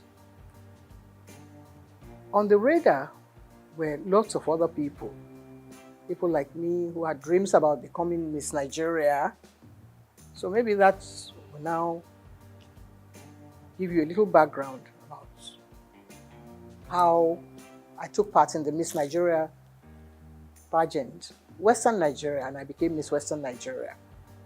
Somebody must have fine-tuned some little knots somewhere and said, okay, you probably might be able to deliver. Because you are being interviewed when you go before the panel of judges. And somebody must have said, okay, that's a good material, you can come and take part in this. Before then, we had other people, Anike Agbaje Williams, Oliola Sokwe, who were working on radio. My dream was to work in radio, but then I missed that. And I was nursing, that dream of still going to radio. Never knew what television was all about. So maybe that answers your question, I'm not sure. But I took part in the Miss Western Nigeria pageant and I won. Took part in the Miss Nigeria contest and came second. So that meant that I didn't win. And if one of the, maybe the prize was to go on TV, it wasn't even there. It wasn't written into the, program that whoever did this, but the person was going to go to England. And so Helena Yemeluna, who won that contest, went to London and fulfilled her own dream. But I was still biting my nails, waiting for when I'll be able to get a job. There were other things that girls could do. You could be a nurse, you could be a teacher, you could be an assistant, a dental assistant. All those were things that young ladies, can, fulfill their dreams along those lines. They're still there. You still have young ladies. Mrs. Muritala Muhammad, the first time I met her, she was a dental assistant. Little did we know that her husband was going to be the head of state and she would be first. So you see, lots of things were there for the young girl who wanted to learn, who had the talent, and who wanted to perform, and who wanted to work hard. But now I don't know if girls want to work hard. All they want is, the table to be set, and then they come and, partake of whatever is there. It wasn't too difficult at the time that I was picked as one of the people to come and appear on WNTV. The audition was actually carried out before my time. I got involved in so many other things, trying to get a job, something to secure, something, to alleviate poverty. there was not too much poverty in Nigeria at the time because people could still eke a living for themselves and, get by in society. But I was lucky that I had an aunt who was a nurse in the hospital in Ibadan, UCH in Ibadan. And she was married to an Englishman, and the man's friend happened to have been the man, Mr. Mathers, who was brought as one of the technical partners to WNTV. So we met at a dinner party, and just as you and I are chatting, I was only 18 plus. I was 17 when I took part in the pageant. But by this time, I was growing up, and I thought I was a big girl. So I opened my mouth, and I said a few things. And the man looked at me and said, "How come you are not speaking with a Nigerian accent?" And I didn't know what he meant, because we were taught at St. Mary's to deliver whatever lines we were given to deliver. The Festival of Arts, I came second after an English boy from Corona School. And I was given a beating for coming second. Not because I didn't perform well, but because I forgot to curtsy. And one of the judges, I think, who was then Mrs. Abayomi, Lady Abayomi, said that I delivered my lines very well. So I was the Lord of Tartary, I would do this and that and the other. So I came second. And when I got back to the school, the nun, Sister Marieta, said, "You were not paying attention." So whatever you do in life, you have to be consistent, you have to perform well. The way we're trying to do now, we were trying to project your voice and whatever it is you have to offer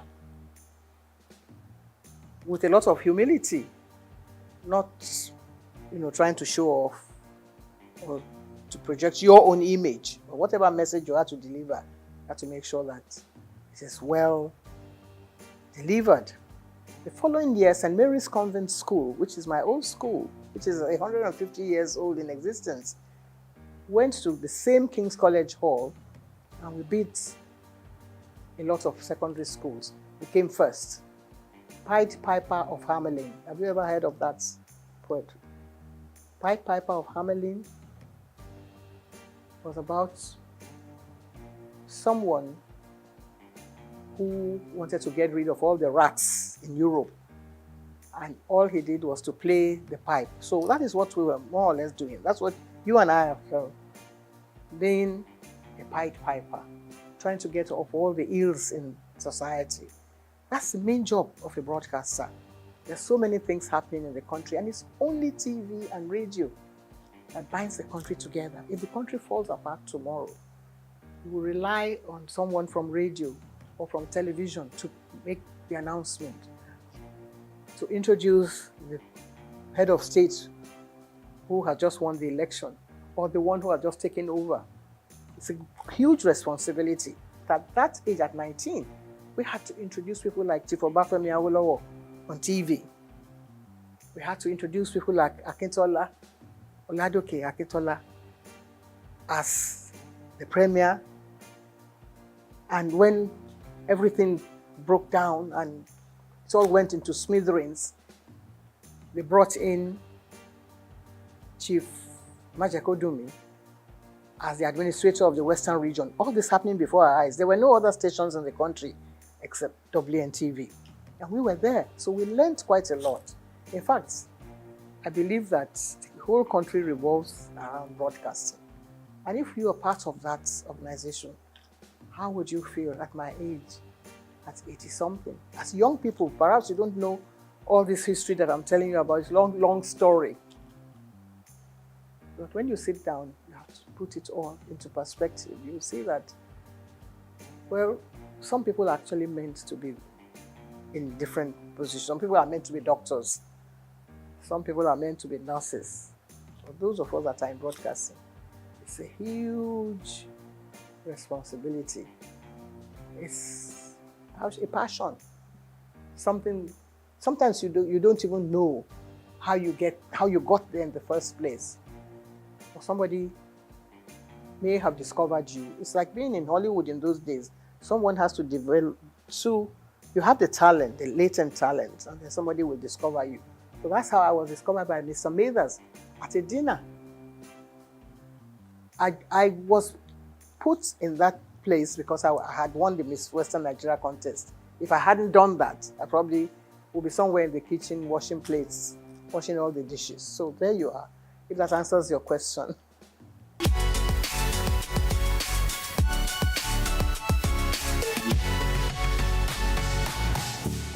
Well, there's no one that actually picks someone and puts you plonk without, I mean, of course, if you don't have any experience on the job, you have no business being there in the first place.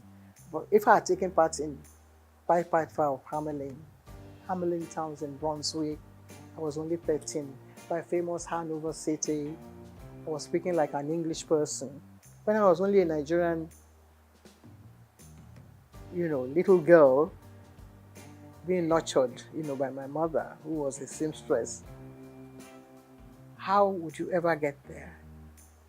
But you already have that background, that solid background on the rock, as it were.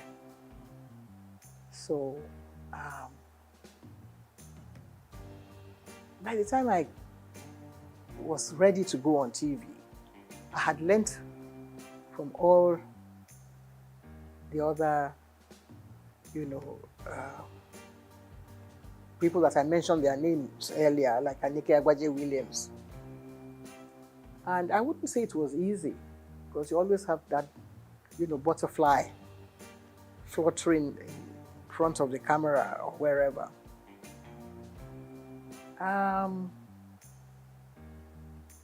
I think I took to television like I was meant to be there, with all humility.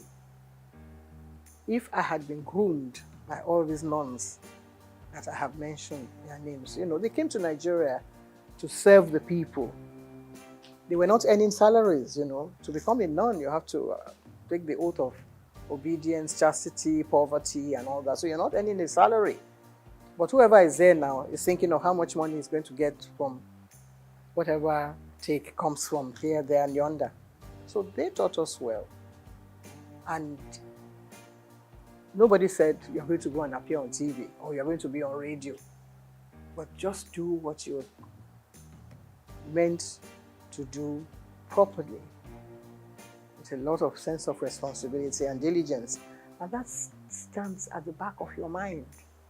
That goes everywhere with you, wherever you go in life. Even when I was nursing a sick child, my late son was a sickler. And I was meant to take part in Verdict 79 with my colleagues Kerry Ahmed and Adamu Aogi. They all came with me to the hospital, which is just next door here. And then we came back and mounted the podium and continued our business as if nothing was happening. He didn't die at the time, of course, but the job must go on. That is always there at the back of your mind. So my first night, I wouldn't say that I didn't have any jitters, that I was not nervous. But I was able to deliver, and I think that was the staying power. That was what kept me going, because other people came on board. I was not the only one. All the members of the board had their own, little nephews and nieces that they wanted to project on TV. They all came and they couldn't make it. But Anike and I kept going. And if you gave me a script now, I think I would try and... We didn't have too many, what do you call it then, teleprompters. Well, I was very good at, I had a photographic memory.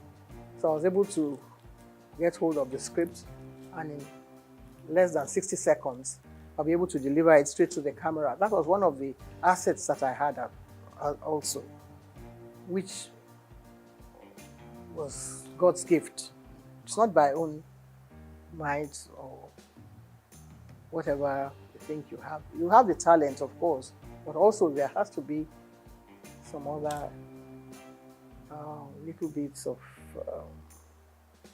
gifts that will help you to project the image of the professional.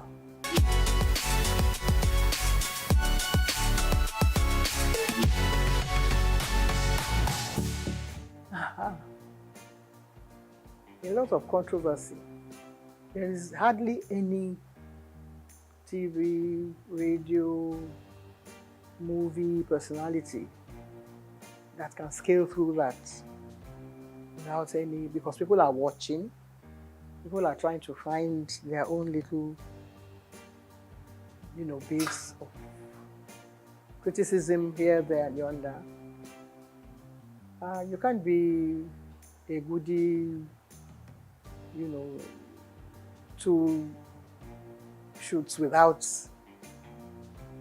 any, how shall I say it, problem here, there, and yonder. So everybody has their own way of looking at people. People say, well, what has she got to do? She went to take part in Miss Western Nigeria the other day. So what's the big deal about her? And then somebody will still add their own salt and pepper here and there. But I was lucky that I was being nurtured by someone like T.O.S. Benson, who was then our Minister for Information. And he felt that, everything should not stop here. There were things happening in America. He made sure that my name was there. I was at the inauguration of President Johnson, Lyndon Johnson. And we commanded a lot of attention there, myself and my colleague who came from Lagos, the station in Lagos. And for the president to notice that there were two black people sitting behind him at his inaugural ball, I think it was very overwhelming for me, because not many black people had invitation to that event.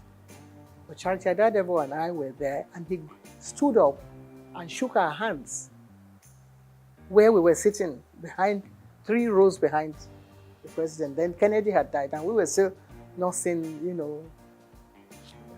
were still feeling very hot about, the loss of Kennedy. And here was the new president coming up. We were not particularly keen on being welcomed by him. But then, things like that happen to you, and it makes headline news. 2 black people, they didn't even say Nigerians. They thought we were from Ghana, because some journalists came around and said, "How is your man Nkrumah?" And we said, "No, our own Prime Minister is Tafawa Balewa." They never heard of him then. But then they had to go and carry out their own study and find out who Tafawa Balewa was. And of course, the whole country was very proud of us that we went and actually stole the show at the inauguration of President Lyndon Johnson. So many other things happened. When I came to London, the British Information Office, they were trying to look for someone to host their program. That has happened to be around, so they picked me to host their program. But you don't ad-lib on any of those stations. Everything is written out. The questions, even your answer will be written. You can change it around a little bit, but they make sure that you said the right thing at the right time. So that was how we were able to gain attention. German television also invited us because they were interested in Nigeria. See how the German Chancellor came to Nigeria. That was what happened at the time. In 1963, we had just become a republic then, from being an independent station in 1960. By 1963, we then became a republic. And we were chosen to go and appear on German television in Berlin. And they wanted a little bit of culture. So Benson had his own band. So we were chosen to go and represent Nigeria then. Nobody knew who the ambassador was, but they wanted to know who was presenting something on TV. So that's how important television has been. And that, in fact, we were the first television in the whole of Africa. The very first station, WNTV, that was a call signal. WNTV first in Africa. There's nothing like that now. Nobody wants to know whether you are first or second. But the station that is being run in Nigeria, I think, has the largest number of stations than any other country in Africa. We have about 21 stations, and now it's still, still counting. And yours is coming on board, and so many others. I think next to America, Nigeria should have been the best country for television broadcasting in the whole world. There's not so many countries in the world that has as many stations as Nigeria. We only have to put our heads together. We only have to find joy in whatever we're doing. Sometimes when it's raining, people say, oh, it's raining, and they feel very bad about the rain. But if you look closely, behind that rain, there will be sunshine, there will be something else coming on. You see some silver clouds coming during the rain, but Nigerians don't have the patience to wait for that kind of thing. That's what television teaches you. If you're in the studio, you don't know what's happening outside. You just get on with the job. That's what we were taught. We were taught not by Nigerians. Even when we started, we couldn't go on air and ad-lib. There was always someone there, Mr. Blackledge, to write the script. And if you can commit that to memory and deliver it, they're home and dry. It's not everyone that has the gift, not everyone that has the talent. It's God-given. And if you listen as a child at 17, 18, 19, at my own age, I learned from school, and I was able to impart this into the job. So within a few months, we got double promotion, all of us, because we were doing very well. Anika Agbadin was excellent. Olasope was superb. And so many other people reading the news. We were the first female to read the news. Women were not allowed to read the news. Nigeria started it. BBC wouldn't allow a woman to pick up a script and read the news. But we were already there. So that's how we were able to gain this global attention that you mentioned.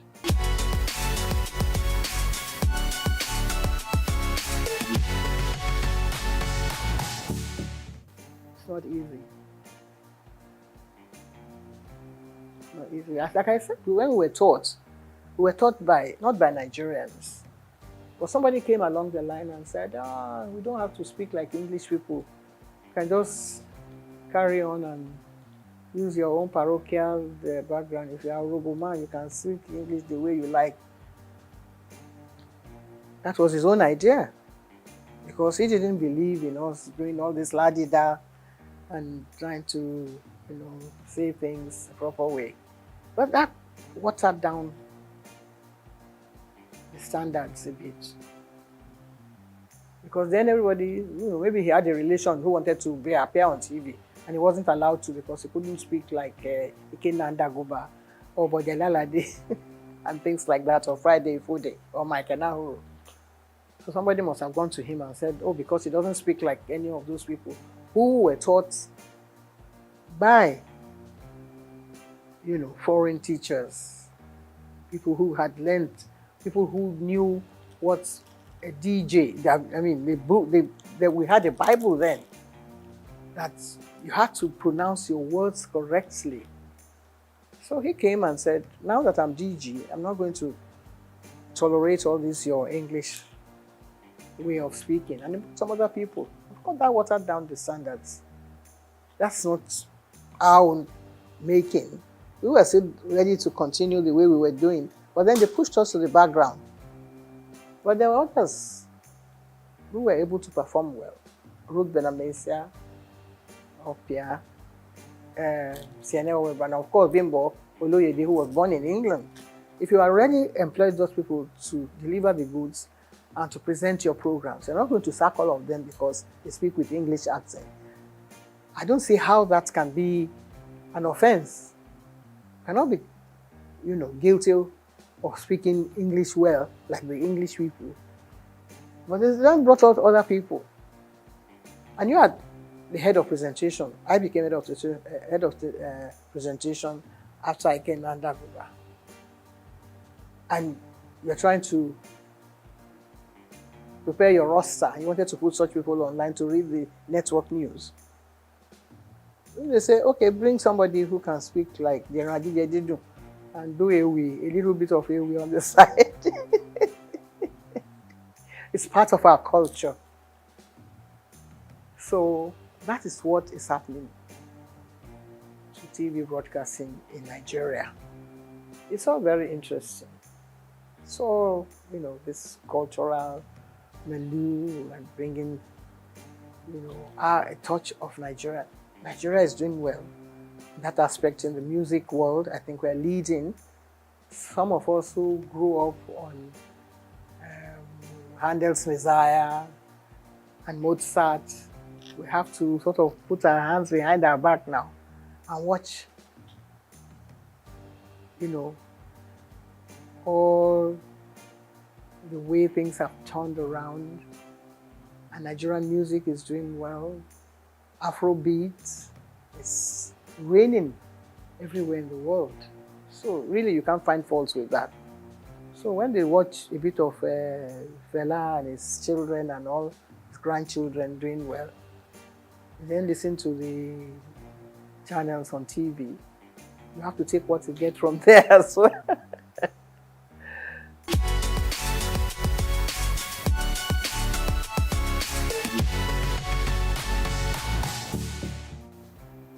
If somebody can wake up one day and say, why should your station be called the Nigerian Broadcasting Corporation? I say it should now be Federal Radio Corporation of Nigeria. Tongue twisting. Takes a long time to come to terms with. If everyone wake up in the morning and say, this is Nigerian Broadcasting Corporation, you have the call signal. Da da da da da da da da da da da. This is the Nigerian Broadcasting whatever. How are you going to put that, into context with the new one? First of all, when you wake up, you don't know whether you are even coming out of the right side of your bed or not. You are going to have to face your audience and say, we are no more the Nigerian Broadcasting Corporation. We are now Federal whatever, which you don't even know where the man, who came up with the idea. Didn't even consult you, didn't even put it to test. If the British corporation, they are going to change from BBC after 100 years, they will ask the whole nation, they will say, where are we going to take this from? They will ask everybody, they will do a census, they will do all kinds of things, carry out all kinds of tests to see whether people will accept it from them. No. Nigerians are very hard and cut and dry. This is the way I want it. I'm the head of state, so I can change everything now and, all of you can start marching forward and march back again. Soldier go, soldier come. I think Fela would have been a good head of state for Nigeria because he would have got some people marching the right way. So, I think that is what has happened to this country. But we will still settle down. The soldiers that have been marching since, they will do attention one day. And then we'll be able to sort ourselves out gradually. I think we're going through the right process now. People are beginning to find their own feet. If things go around, price of goods go up, Nigerians will find a way to come to terms with that. When we were growing up, everything was done. We won't say according to the colonial rules and regulations, but at least there were standards that were set down for you and things that you had to toe the line. This is the proper way to do things. But if somebody says, no, let's turn around and turn it upside down.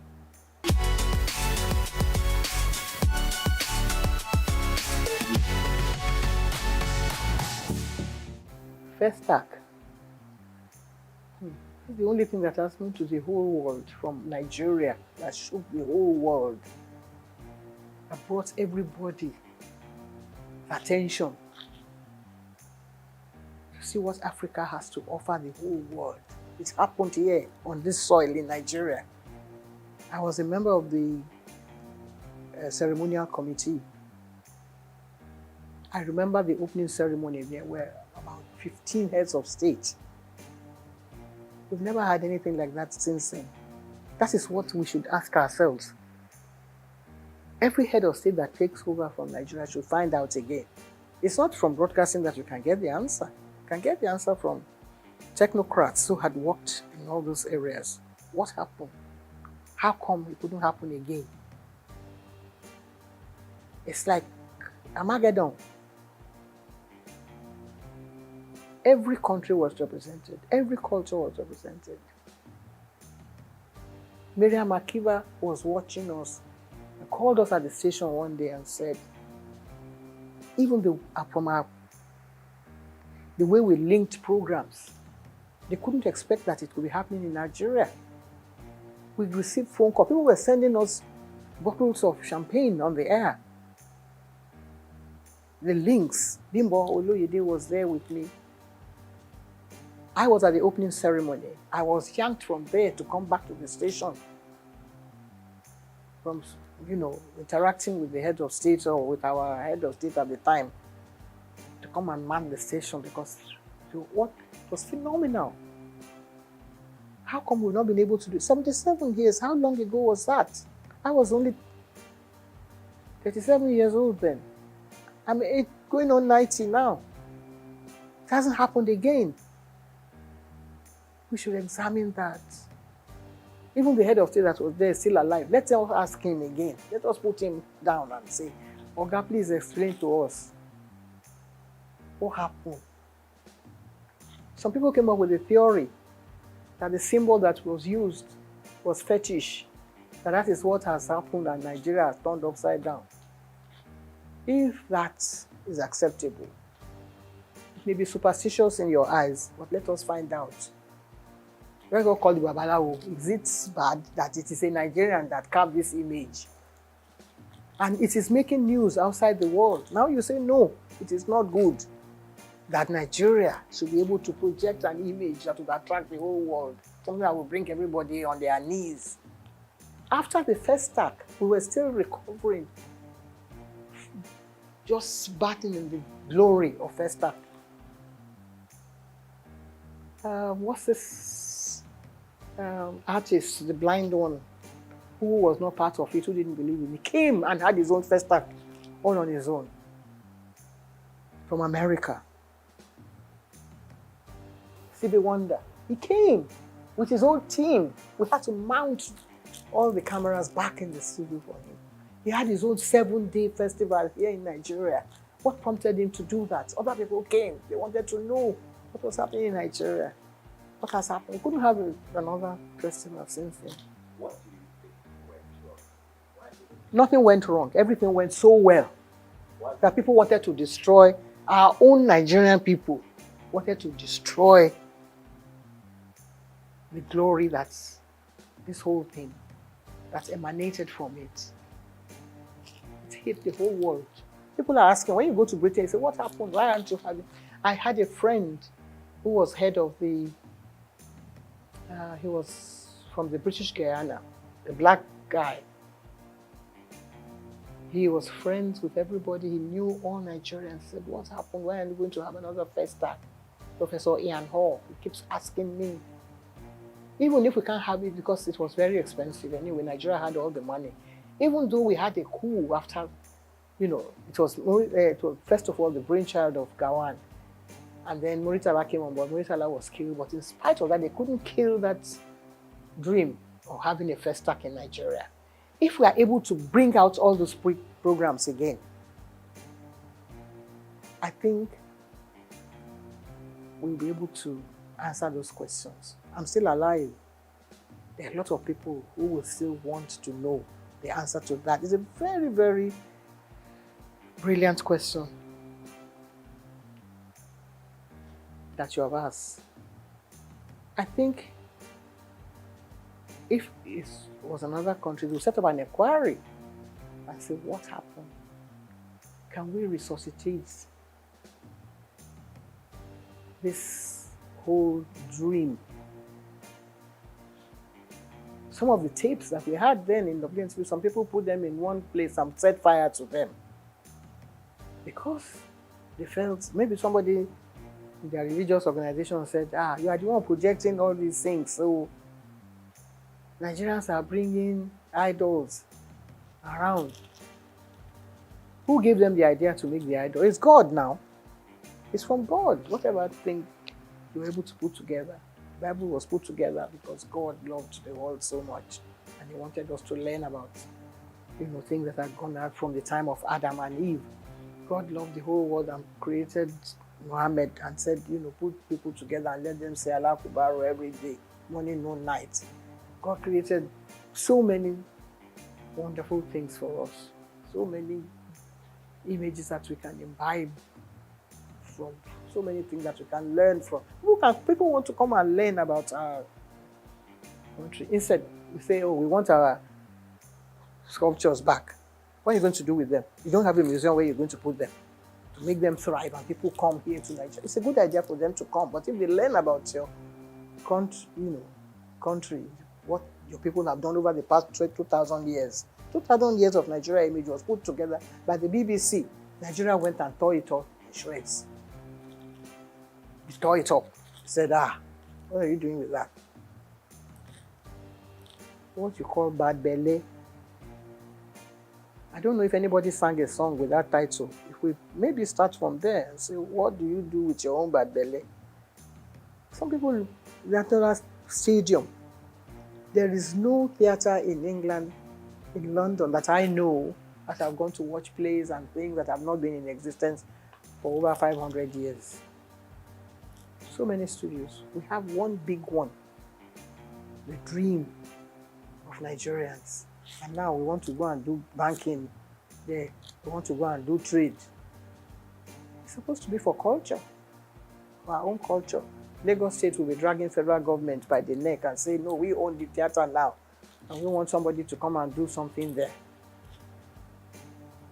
If we can only put all these things behind us, the evil that people have done in the past, people like Julius Caesar, when they were writing all those, when Shakespeare was writing all those things like that have happened in the past. We should examine them. Get people like Wale Soyinka to sit down and rewrite the whole history again. If they ask me questions like you're asking me now, I will be there to answer. Because I saw it all unfold before my eyes. The image of Nigeria will come tops. All the stations in Nigeria should get involved and do stories on this question that you've asked me. A very salient question, and I love it so much. That might be able to revive the image of this country and let us know where we are heading, in what direction, and bring us back to really the point of salvation.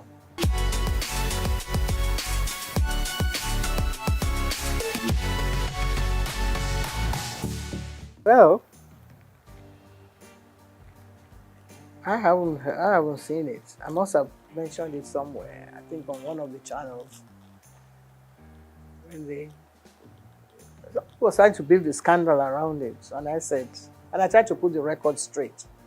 That wasn't really what happened, and that it was from, I think it was from a book that was written by one of the wives that said that I was party to his breakdown of their marriage. And I was trying to put the record straight that wasn't really the true picture. I have due respect. I have to, bow wherever I come in the presence of a president of this nation, past, present, or even present, yes. I hope I'll still be around when we have others coming on board. But I was taken aback that the head of state asked me a question that, because in the past, we were in the studios when the head of state came. and we were given scripts. If there had been, there have been several coups, and it's always the presenter or the station like that, the managers that take the brunt of the whole, the issue when things like that happen. You don't know who is coming. You don't know how many jeeps are going to be coming in. You don't know how many, what you call that, all those heavy equipment that they drive in as they are coming into the studio. You don't know where they are going to shoot the station down. Nobody knows that. It's only the people who have worked during that period that can relay those experiences. Sometimes you're at work in the morning, by the time you come back in the afternoon, the government has changed.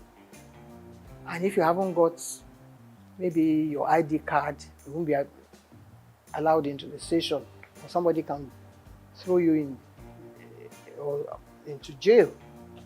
So all this had happened in the past. Nobody has told any of these stories. People like Segun Lushola or Dr. Kolade.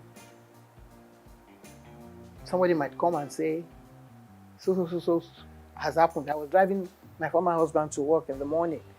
I dropped him at the station. By the time I reached home, there had been a coup. Murtala had been killed. And they were under siege, the whole station. Just imagine that kind of scenario. Things like that had happened in the past. But Nigerians don't have that sense of history that wants to sit down and say, well, we want to ensure that it doesn't happen again. Of course, we'll pray that it doesn't happen again.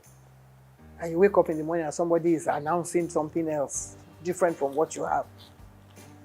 A colleague of ours had been, pushed into something that he wasn't aware of. Those are kind of situations that have happened in the past. But this one, we were all dressed in ceremonial costume and trying to, I was the only one that was asked to stay in the presidential, what do you call it, special area that is demarcated for head of states on issues like that. And all of a sudden, the president is following me all about. And I said, this is getting too close for comfort. And I said, what's your name again? I said, my name is Julie Coker. I was trying to play innocent, that I didn't know what was happening. He said, hey, how much did your dress cost? Can't happen. Sorry, sir. I don't think I'm the proper person to answer that question, sir. Yeah, you don't have answer. It's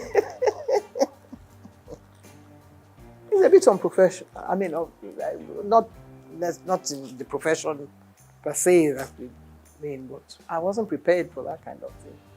So I must have given a rude answer to that. And then, before I knew it, Ade Lanwa, who was then the head of Navy, came to me and said, you have been very rude to the president. The president said, he asked you a question and you couldn't answer. I said, good morning, Mr. President, sir. Because when we introduce them on TV, that's how we introduce them. We're now going to be addressed by a new head of state, Mr. So, sir. And I said he should go and ask the president of Souq. I'm sure he has a record of what the question is asking me can be answered, better answered by the president of Souq. If he finds that unbearable or rude, then either that one is not doing his work well or I'm not doing my work well and I don't belong here. But I carried on regardless. Shortly after that, another top army officer, Joseph Garuba, that one was the tallest man next to Hufwe Bonye or the one from Mali. And he said, Julie, I know you can be rude at times. I said, not on this occasion. This is a wonderful occasion for the whole nation. And I'm trying to be my best behavior. And he said, the president said, I'm being very rude to him. He said, I know you, maybe you can say things. And I said, no, I never. He asked how much the dress cost. And I don't think I have an answer. which may contradict what will be on record if you really examine it thoroughly. I was getting very nervous at the time. So I dropped everything and disappeared from the scene, and I never went back again. But the thing reverberated right down to all the committees and members. My late auntie, what's her name? Kentebe, which was a lady, commodore of the Navy. She said, Julie, I think she heard that she was going to be sacked that day because the naval officer sent to her and said, you are the one that did this. And I said, can never, God forbid, can never reach me because I'm not in the forces. I'm doing my own job here as a professional broadcaster.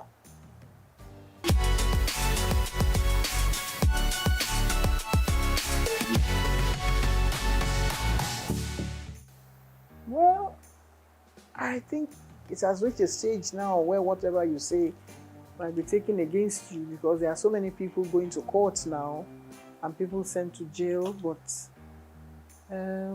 things were not as bad as they are now because some of the gory stories we hear and people being, penalized and sent to jail, I think it has reached an astronomical level that it's something that's actually,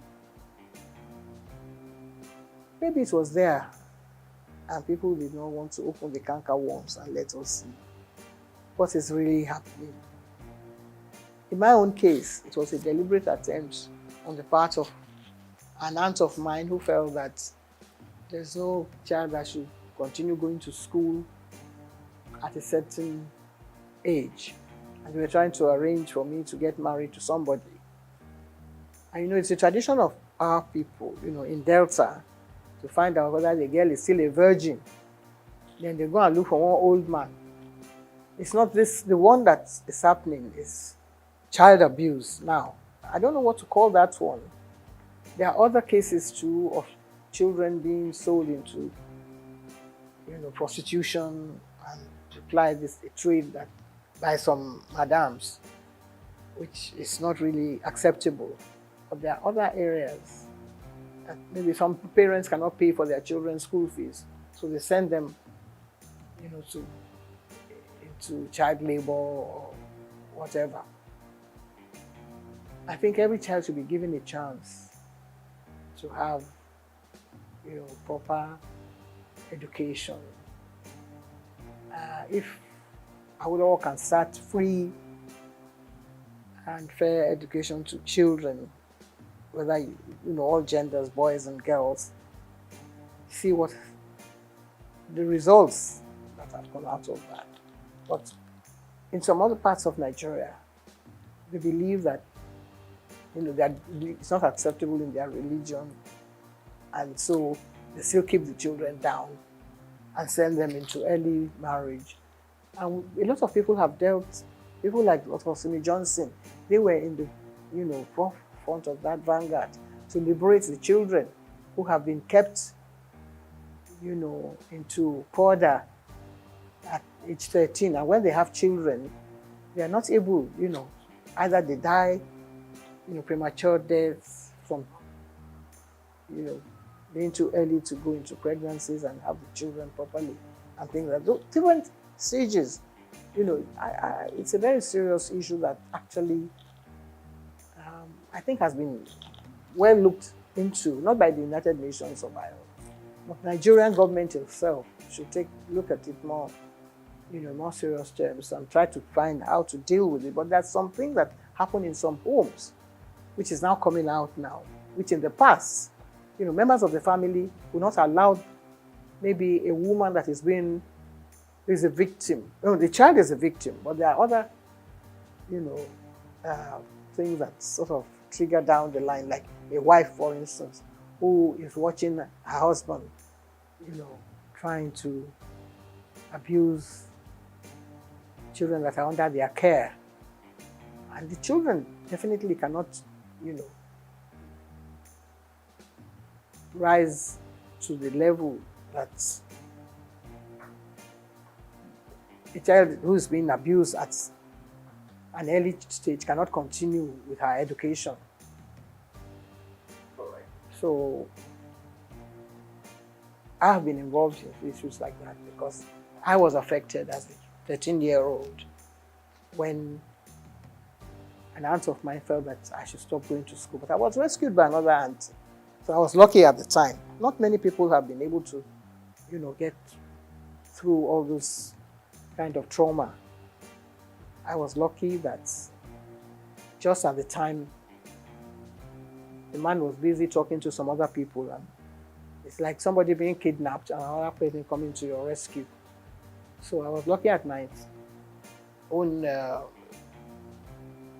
escape that unscathed and get on with my life. If I hadn't gone to, maybe I would have been having 13 children. It's good to have children so that the population will multiply.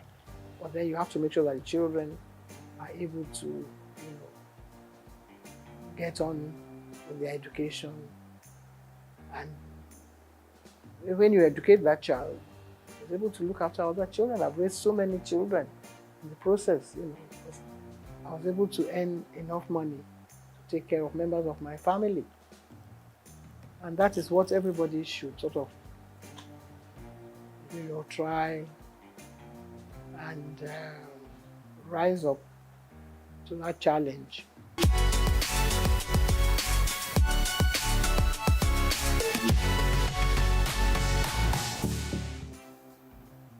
Chief Folani Koka was the Babeto of Lagos.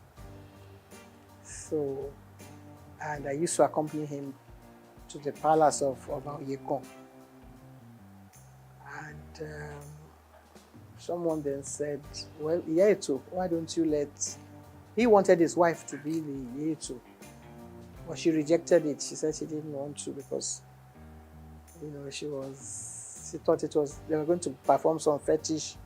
This is really fetish. My brother now turned to me and said, Julie, do you want the title? I said, no, it's not for me to say, because I wasn't terribly keen. But he said he was going to carry out all the preparations. And I said, well, if you're going to do that, why not? And the late Oba Adeyinka Yekon graciously offered me the title. I accepted and went through the ceremony. So I've been a Yeto of Lagos now for getting on 40-something years. We only have one majesty in England. And that is one of the oldest institutions in the world. Some other countries are getting rid of their heads of their traditional rulers. France doesn't have one, for instance. There are some countries in Europe, I think in Finland, that still have, kings and queens and all that. But Nigeria, every little village, every doorstep has one title. This is the palace of the so. It wasn't like that in our own time. You had only one Oba in Lagos. Now you have so many. You have several Obas. This one claiming this and that. Itiosa, whatever. After a while, there's going to be a clash. Maybe not in our own time. So if they're playing traditional roles, somebody will lay claim to some title that belongs to somebody else and another one. There's no end to it. So let them stay the way they are now. If they want to multiply, that has nothing to do with me because we don't have any say in that. It's not, because you can say now that this station is trying to sell this idea to be propagating an idea that should not be. I don't think anyone should play any constitutional role. If each one has its own, in the states, at the state level, they take it, I think it's rotated. After a while, one steps down, another one takes over at that level. If they want to go and attend the meeting at the House of Assembly, that's up to them. But at the federal level, I think, no. No. I don't approve of it at all. Because then you will have some woman coming on and saying that he's the one that is entitled to the title. It's not. I don't know whether any African country actually accepted that sort of thing. So Nigeria shouldn't start. You know, Nigeria at certain points in any of these things. Once Nigeria starts, other people will start. And before you know it, the whole thing will skyrocket and another war starts. We have enough problem on our hands as it were now.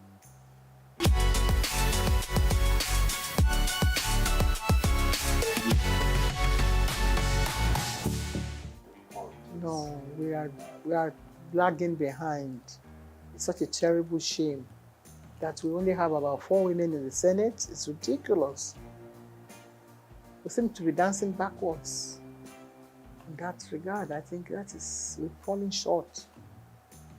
Totally. There was a time when there were more. There doesn't have to be more women in the Senate. I think there should be maybe 50%. Not even 30-something affirmative, whatever that they're going to Beijing to talk about. There should be more. There should be more women participating in politics. I don't know whether it's because, no. I don't want, I just believe that we should have more women in politics. Because women are more sensible. Women are glamorous, they come out looking beautiful, but their contribution to national issues, I think, more. Look at a man who went to beat up somebody in the hospital, then he says he's a hero. Hero of where? That kind of man should not be allowed to even come and address the press. Maybe the press find it funny, humorous to feature somebody like that. There's no woman that will come on TV and speak like that. If you examine every single one of the men, they all have different issues. Some of them have issues about wives and men and things that they have been doing, or they are corrupt and they have been taking money, dipping their hands into different coffers. No woman would do that. I think women are more, serious-minded, and they address issues the way they should be addressed, and they will take more care of issues that affect the nation, child issues, health issues. The men don't even care about health issues. They don't even want to know what's happening. The men even wear bigger agbadas than when they are going to the house. First of all, they should cut down on the amount of clothing that some of them wear. They spend more time thinking of their image, how they're going to appear. Since television has now gone into the chambers, you find that they spend more time, on things like that. And it's ridiculous. We watch other countries, the way their parliamentary issues are being addressed. We're not learning anything from that. We shouldn't be learning from them. They should be coming to learn from us if we're doing the things we're supposed to be doing properly. But if women are really at the forefront of all this, I'm sure that they'll be able to calm all those hot issues that erupt sometimes in the houses.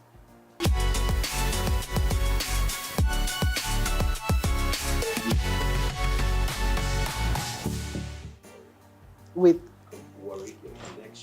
worry, my mother. I was brought up as an Ichekiri child by my mother. I was taught to sing Ichekiri songs, to speak Ichekiri well, to address issues that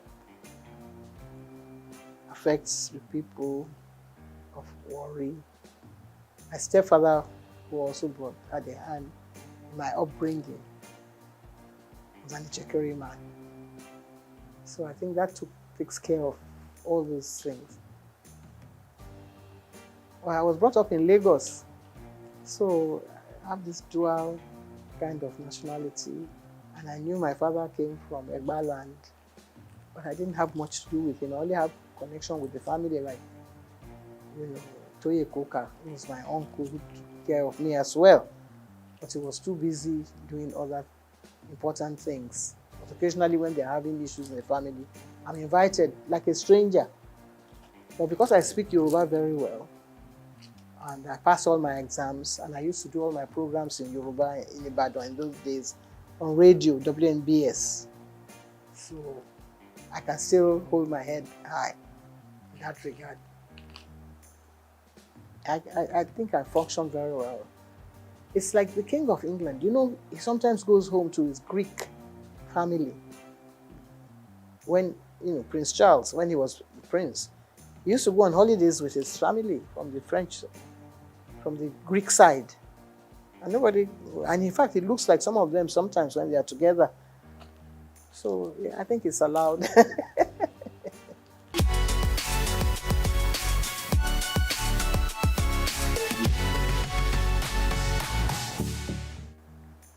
Well, one of the first one, my 40 years in TV, which is actually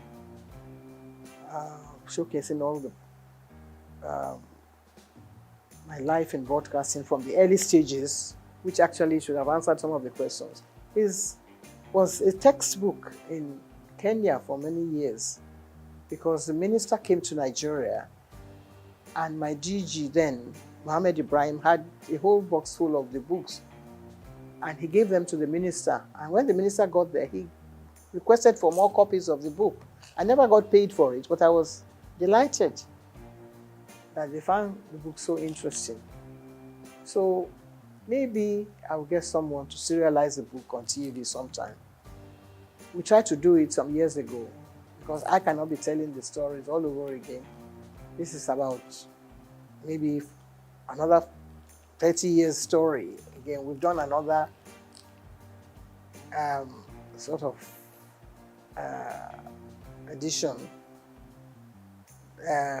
My Life in the Limelight, which is the latest one. So if you have time, if you create space, you might be able to tell the stories and take it stage by stage. That's why I sell the book, and also, you know, we get some media attention from sponsors and get things going. The sky will be the limit then.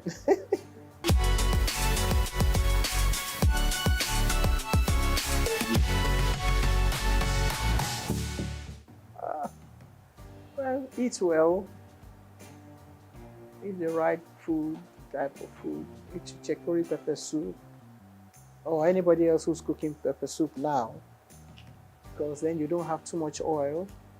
I think that damages certain things in the tissues. And if you want to avoid having cancer, there's nobody in my family that has ever died of cancer because of the type of food we eat. So get someone, you know, to prepare. You know, there was a time when chicory food was being prepared in the museum, and people used to go there to collect the ingredients and the menu, and people live well. So people are eating Chinese food, which is good. It's healthy, and lots of vegetables. I recommend that for people. I'm not saying that very good health, but I still walk about on crutches. I don't know, my knees are not functioning very well. But still, if you say you paid me compliments, I accept it. Thank you very much indeed.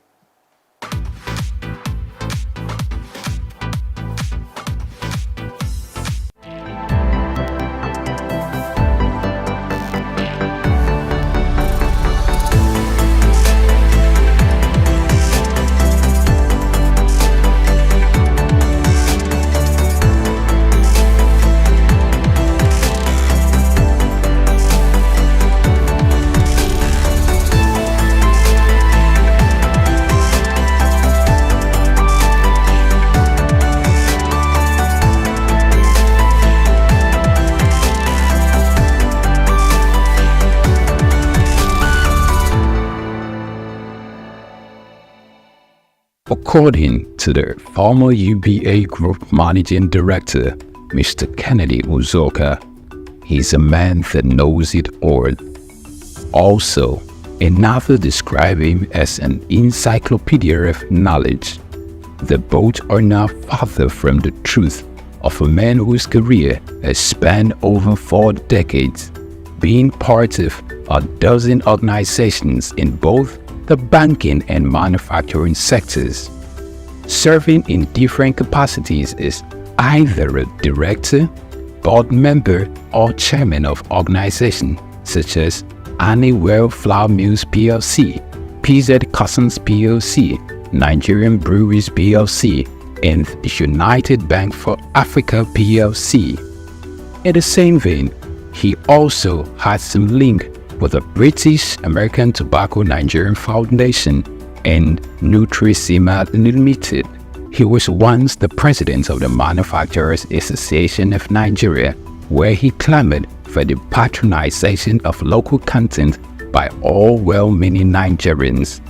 Also, he served as chairman of the former Universal Trust Bank plc (UTB) before the administration of former President Olusegun Obasanjo implemented the recapitalization of banks in Nigeria.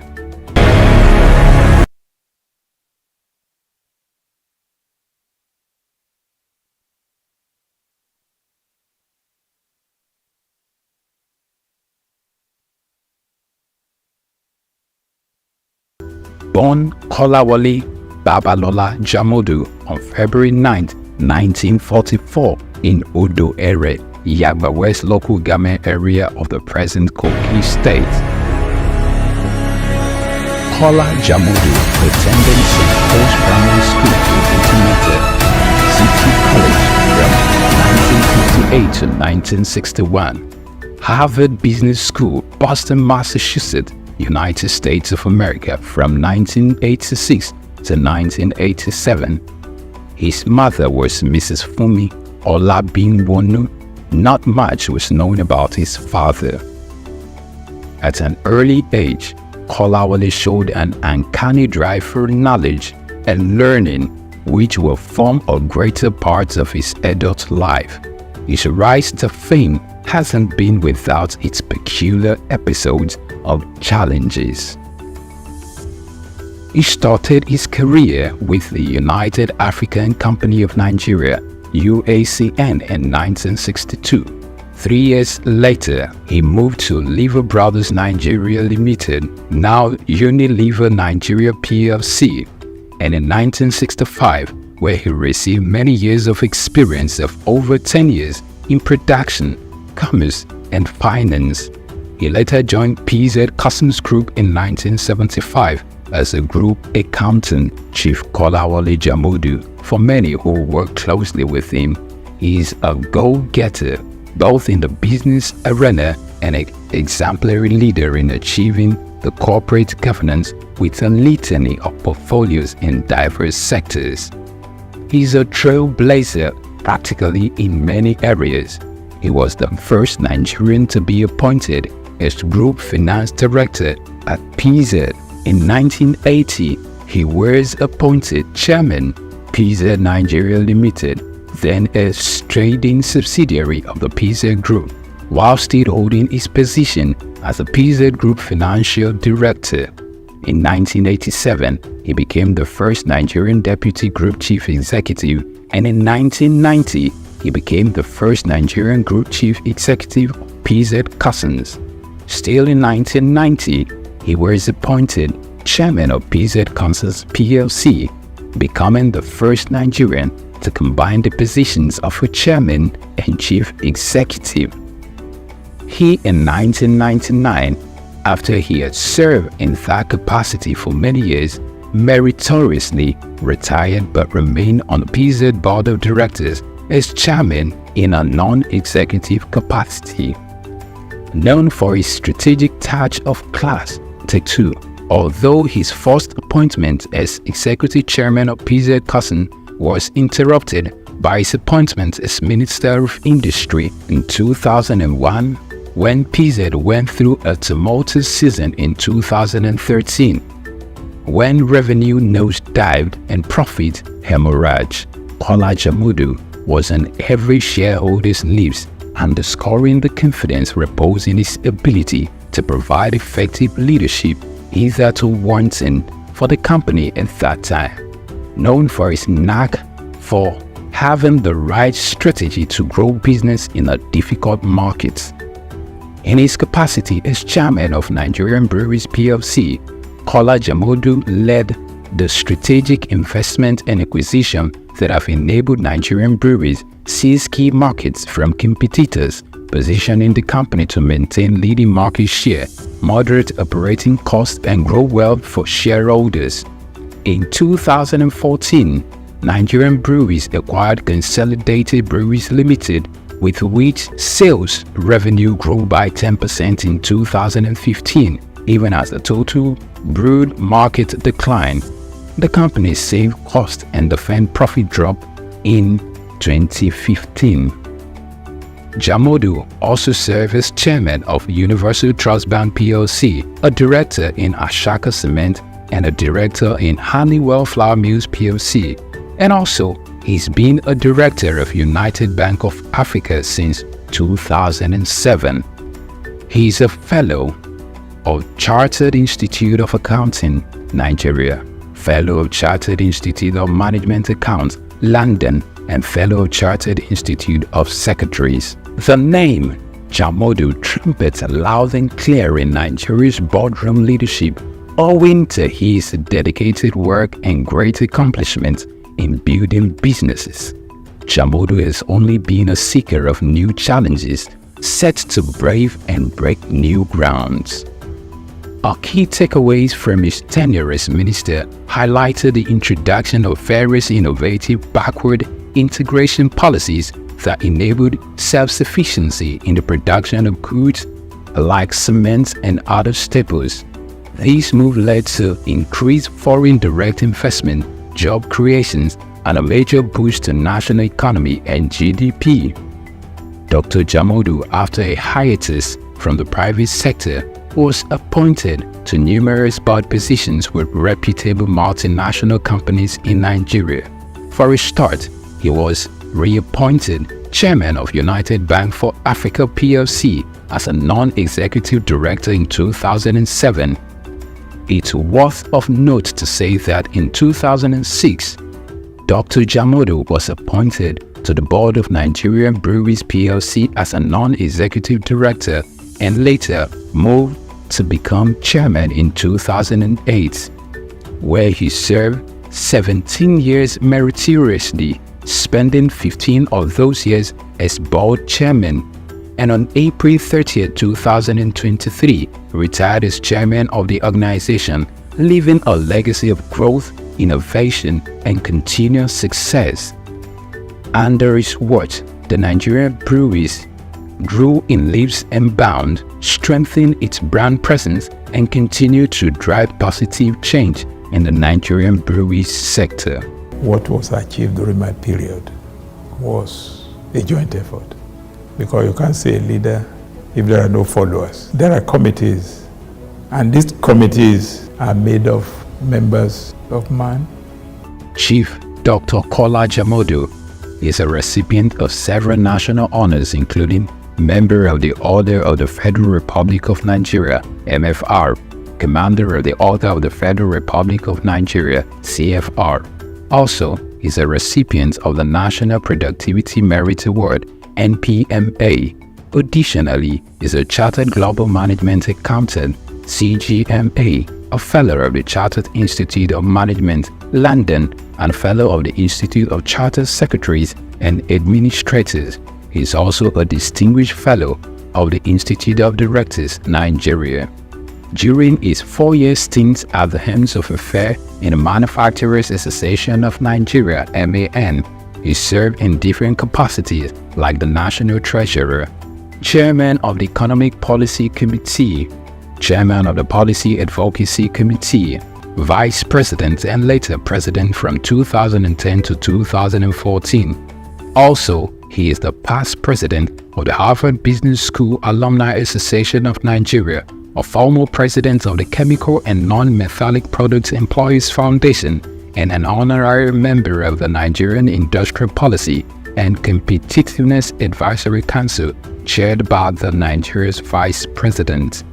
He's also served in various capacities such as Member of Council at the Nigerian Employers Consultative Association, NECA, Member of Council at the Lagos Chamber of Commerce and Industry, LCCI, and distinguished member of the Board of Fellows of the Nigerian Institute of Management, NIM.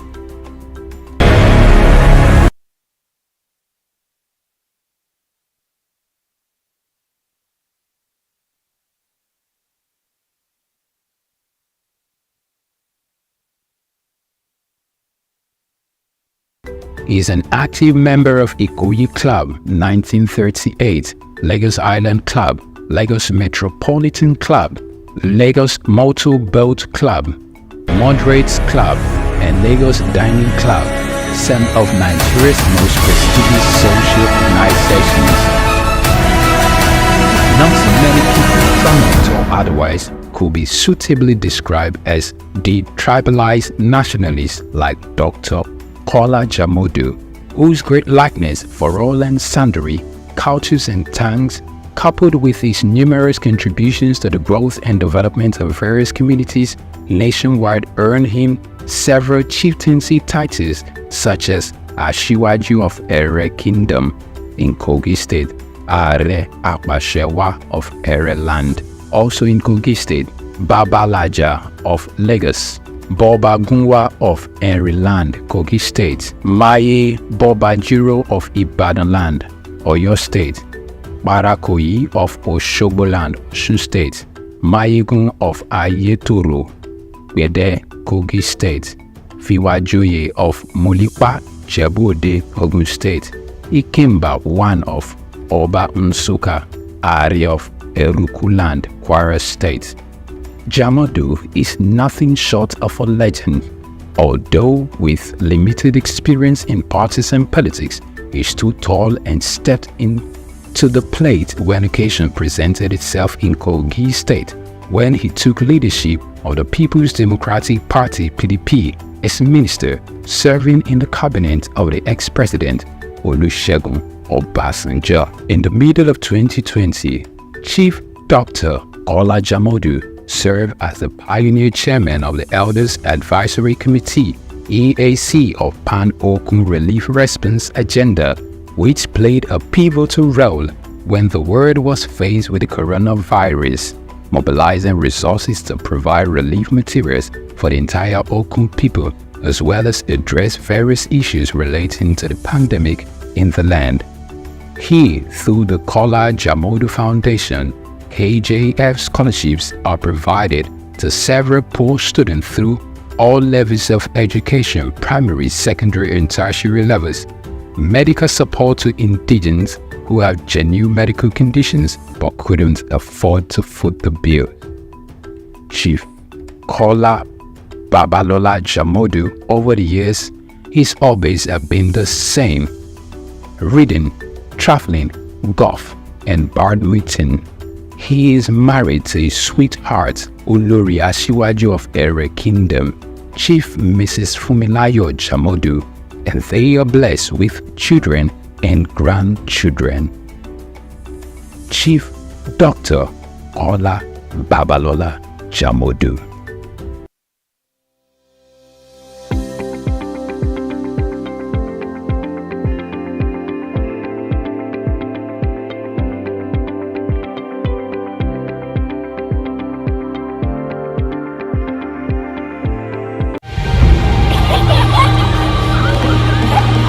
What keeps the heartbeat of a community alive?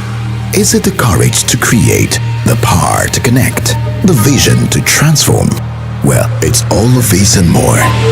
It's a symphony of ideas, innovation, and industry. But where do these stories come alive? It's right here on The Isle, 104.9 FM, the station where dreams meet action and growth finds its voice. The Isle, 104.9. Business, economy, development. Stay tuned.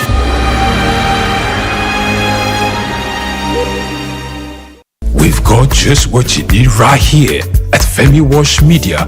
Call it the Midas touch and you wouldn't be wrong.